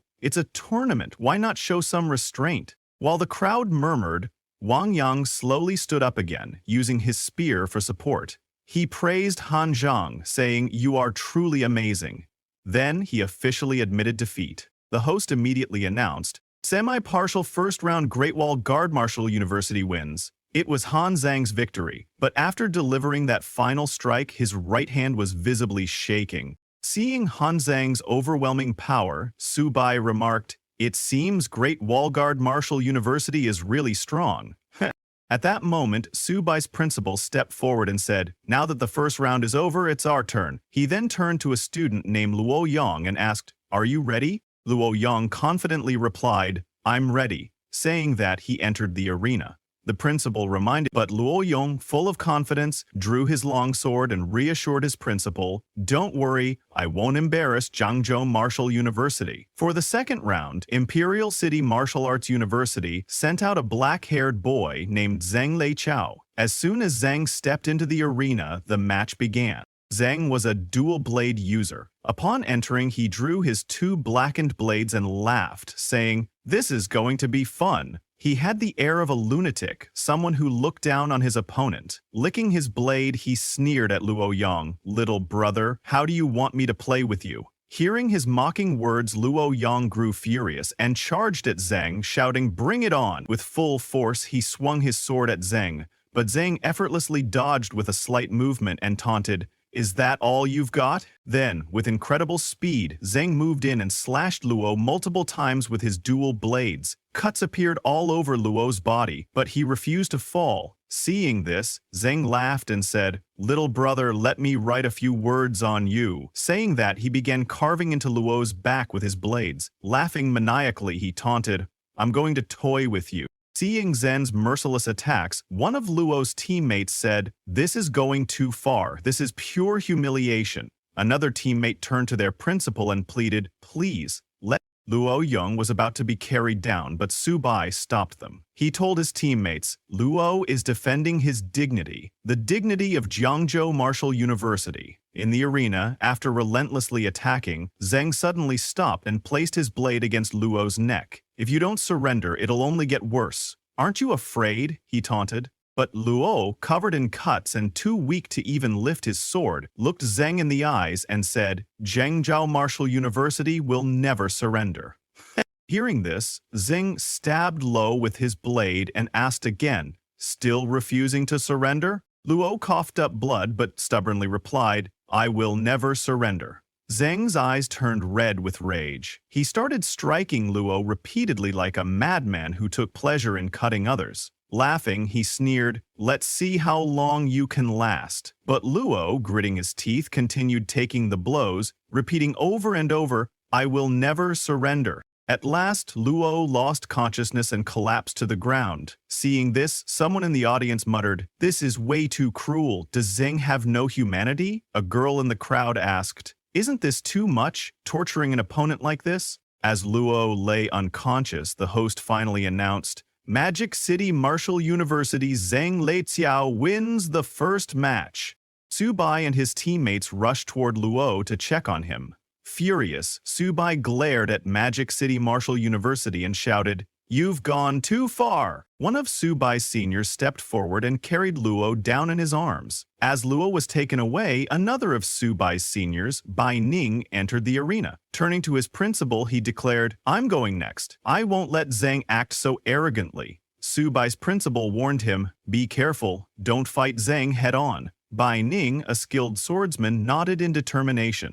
As Zheng entered the arena, he laughed and said, "Another one? But this one doesn't look very durable." Drawing his sword in anger, Ning snapped back, "You talk too much." The host immediately announced the start of the second round. The moment the match began, Ning charged at Zheng, shouting, "Zheng, I want your life!" He swung his sword with full force, but just like before, Zheng effortlessly dodged his attack. Realizing that Ning was truly ruthless and determined to kill him, Zheng swiftly moved and counterattacked, saying, "I won't give you the chance to strike." Both fighters continued their relentless assault, each aiming for the kill. Watching the brutal exchange, a spectator in the audience asked in shock, "Are they really just students? Is this what a battle between students looks like? This is insane." People in the crowd began to grow anxious. One person said, "They should call it a draw. If this keeps going, one of them's going to die."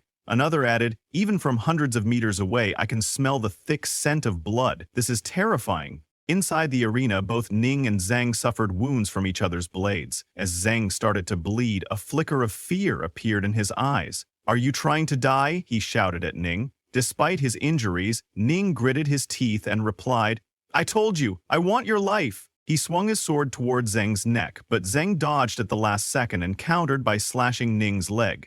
Before Ning could react, Zhang moved behind him and attempted to strike with both blades. However, Ning blocked the attack just in time with his sword. Zhang smirked and taunted. You're just a lowly bronze rank from a trash martial university. Tightening his grip on his blades, he sneered. You're going to lose. Still struggling, Ning glared at Zhang and said, Have you forgotten? Jiangzhou Martial University never gives up. With those words, Ning did something unthinkable. He turned the tip of his own sword toward himself. Without hesitation, he stabbed through both himself and Zhang. Zhang's eyes widened in shock. Are you insane? You're killing yourself too. Ning laughed through the pain and said, This isn't enough to kill me. Pushing his sword even deeper, he gritted his teeth and declared, This is how Jiangzhou Martial University fights. Unlike you, Zhang. You only know how to bully the weak, Ning shouted. Go to hell. With that, he drove his sword forward. In pain and fear, Zhang screamed, Don't kill me! I don't want to die! Desperate, he turned to his principal and begged, Save me! Just as he cried out, a hand appeared from behind and stopped Ning's sword. It was the Imperial City Martial Arts University principal stepping in to rescue his student. He declared, Magic City Martial University concedes this match. The host, taken aback, quickly announced, Magic City Martial University has conceded the match. The Imperial City Martial Arts University principal then pulled the sword out of both Zhang and Ning's bodies. At that moment, Subai's principal rushed into the arena, catching Ning before he collapsed. Furious, he turned to his opponent's principal and demanded, Is this what your Magic City Martial University students are like? First, they humiliate their opponents in the arena, and then they beg for help when facing death? As he carried Zhang out of the arena, the Imperial City Martial Arts University principal sneered at Subai's principal and said, Don't think that just because you made it to the top 4, Jiangzhou Martial University is qualified to challenge Magic City Martial University. Just then, a doctor arrived, but instead of checking on Ning, who was more seriously injured, he attended to Zhang first. Seeing this, Subai's principal gritted his teeth in anger. Do you really think only your Magic City Martial University students are valuable? The lives of Jiangzhou Martial University students are just as precious. As the Imperial City Martial Arts University principal left, he coldly remarked, There's no point in arguing. Let's settle this on the stage. Fine, Subai's principal snapped. Turning to Subai, he ordered, Get on stage, beat them as hard as you can, make them pay for touching anyone from Jiangzhou Martial University. Hearing his principal's command, Subai immediately stepped into the arena. Leave it to me, I'll make them pay the price.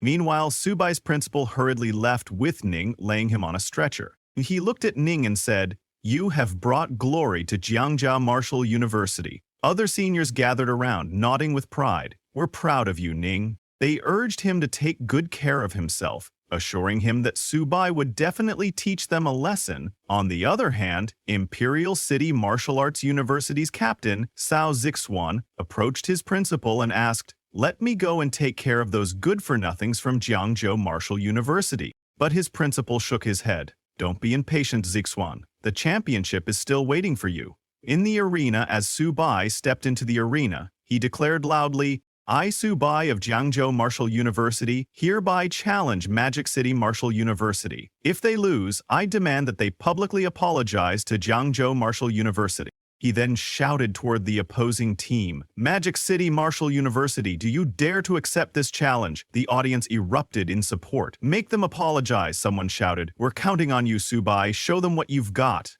Excitement spread through the crowd and the atmosphere grew intense. A blogger covering the match asked his audience, Jiangzhou Martial University is openly challenging Magic City Martial University? Do you think they will apologize? Meanwhile, a journalist, watching the scene unfold, remarked, Jiangzhou Martial University is forcing a public apology from one of the nation's top schools. This is going to make headlines. Imperial City's response hearing Su Bai's demand. Imperial City Martial Arts University's Captain Zixuan scoff. You, from Jiangsu Martial University, do you really think you're worthy of an apology? Another Imperial City student, Huang, stepped forward and turned to his principal. Let me go up and teach Su Bai a lesson, he said. I'll show Jiangsu Martial University just how big the gap is between them and us. His principal nodded in approval. As Huang entered the arena, Su Bai smirked and asked, "So, are you here to apologize?"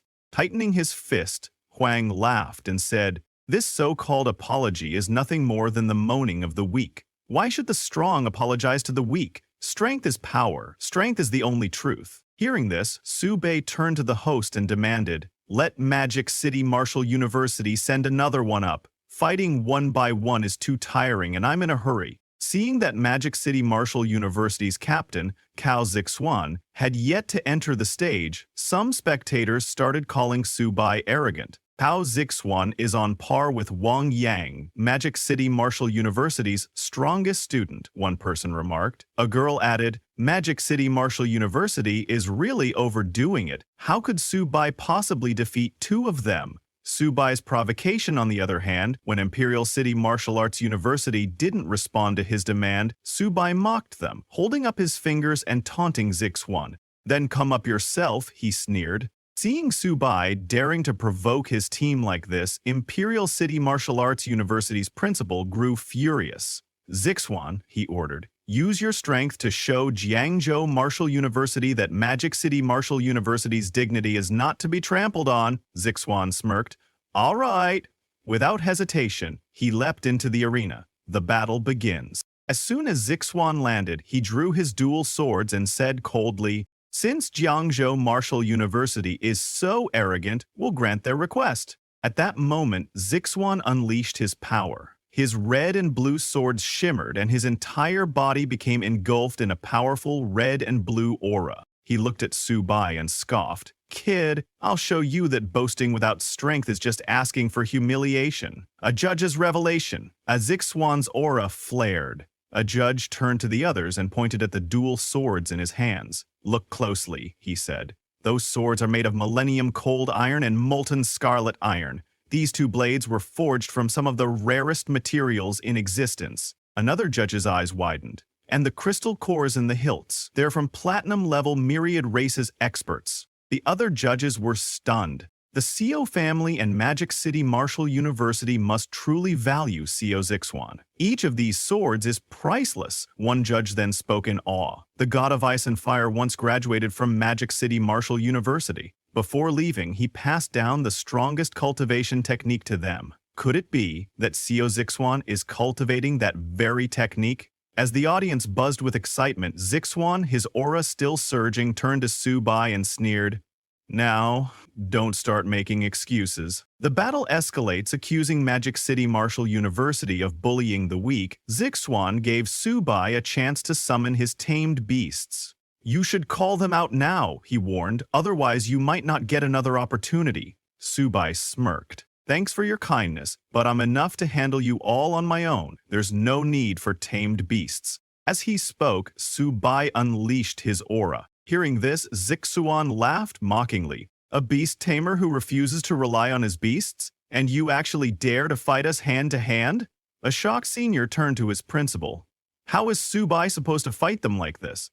The principal responded calmly, "Su Bai has activated shared origin." The fight begins in the arena. Seeing that Su Bai had no intention of summoning his beasts, Zixuan immediately charged at him, shouting, "Su Bai, you're too arrogant, you're courting death." Wang followed closely behind, sneering, "The weak should know their place." Seeing them rush at him, Su Bai smiled. "You two are really impatient." At that moment, he fully unleashed his aura. One by one, he activated Sharp Gold Spirit, Sharp Gold Ghost Shadow, and Earth Spirit Possession. With his body strengthened by all these buffs, Su Bai got ready to fight. Watching Zixuan and Huang approach, Su Bai declared, "I'll settle the score with all of you from Magic City Martial University." Just as Huang got close, Su Bai didn't even give him a chance to make a move. With a single devastating punch to the face, he sent Huang flying. A shocking display of power, Zixuan's eyes widened in shock. How is this possible? From the stands, a senior of Subai's exclaimed, Subai's speed has already reached the gold level. Another senior turned to him, frowning. How can a beast tamer's body be this strong? The first senior hesitated before another reminded him. Have you forgotten the combat power of the great master Luo Fan after he comprehended shared origin? Back then, he was nearly unstoppable. Hearing this, the first senior's expression darkened. Are you seriously comparing Subai to the great master Lu Fan? Isn't that an exaggeration? Subai's overwhelming strength in the arena, even Subai was momentarily surprised by his own power. He turned to Zixuan and asked, have you ever experienced true powerlessness? Hearing this, Zixuan gritted his teeth and raised both his fire and ice swords. I'll admit you have the qualifications to make me take you seriously, he growled, but that's all you've got? His eyes burned with determination as he pointed his sword at Subai. Prepare to die. With that, Zixuan unleashed a torrent of flames from his sword, sending them roaring towards Subai. But to his astonishment, the flames didn't even reach him. Subai shook his head. Is that all you've got? Before Zixuan could react, Subai vanished in a blur of speed. A second later, he reappeared right behind him. You're still too slow, he whispered, Huang's last stand. Meanwhile, Huang had managed to get back on his feet. He turned to Zixuan and shouted, let's attack him from both sides, but Zixuan realized the danger too late. Huang, be careful, he warned. However, it was already over. Subai whirled around with lightning speed and unleashed a flurry of punches and kicks on Huang He, didn't even give him a chance to react. After 7 brutal strikes, Huang started bleeding. Then, with a final devastating kick, Subai sent him flying once more. This time, Huang lost consciousness and collapsed to the ground. Subai stood over him and said coldly, these 7 attacks are payback for the 7 cuts you gave Luo. Zixuan's rage. Seeing Huang unconscious, Zixuan erupted in fury. He charged at Subai, roaring, Subai, come at me if you have the guts. Subai grinned as he watched Zixuan approach. I haven't had enough fun yet, he said.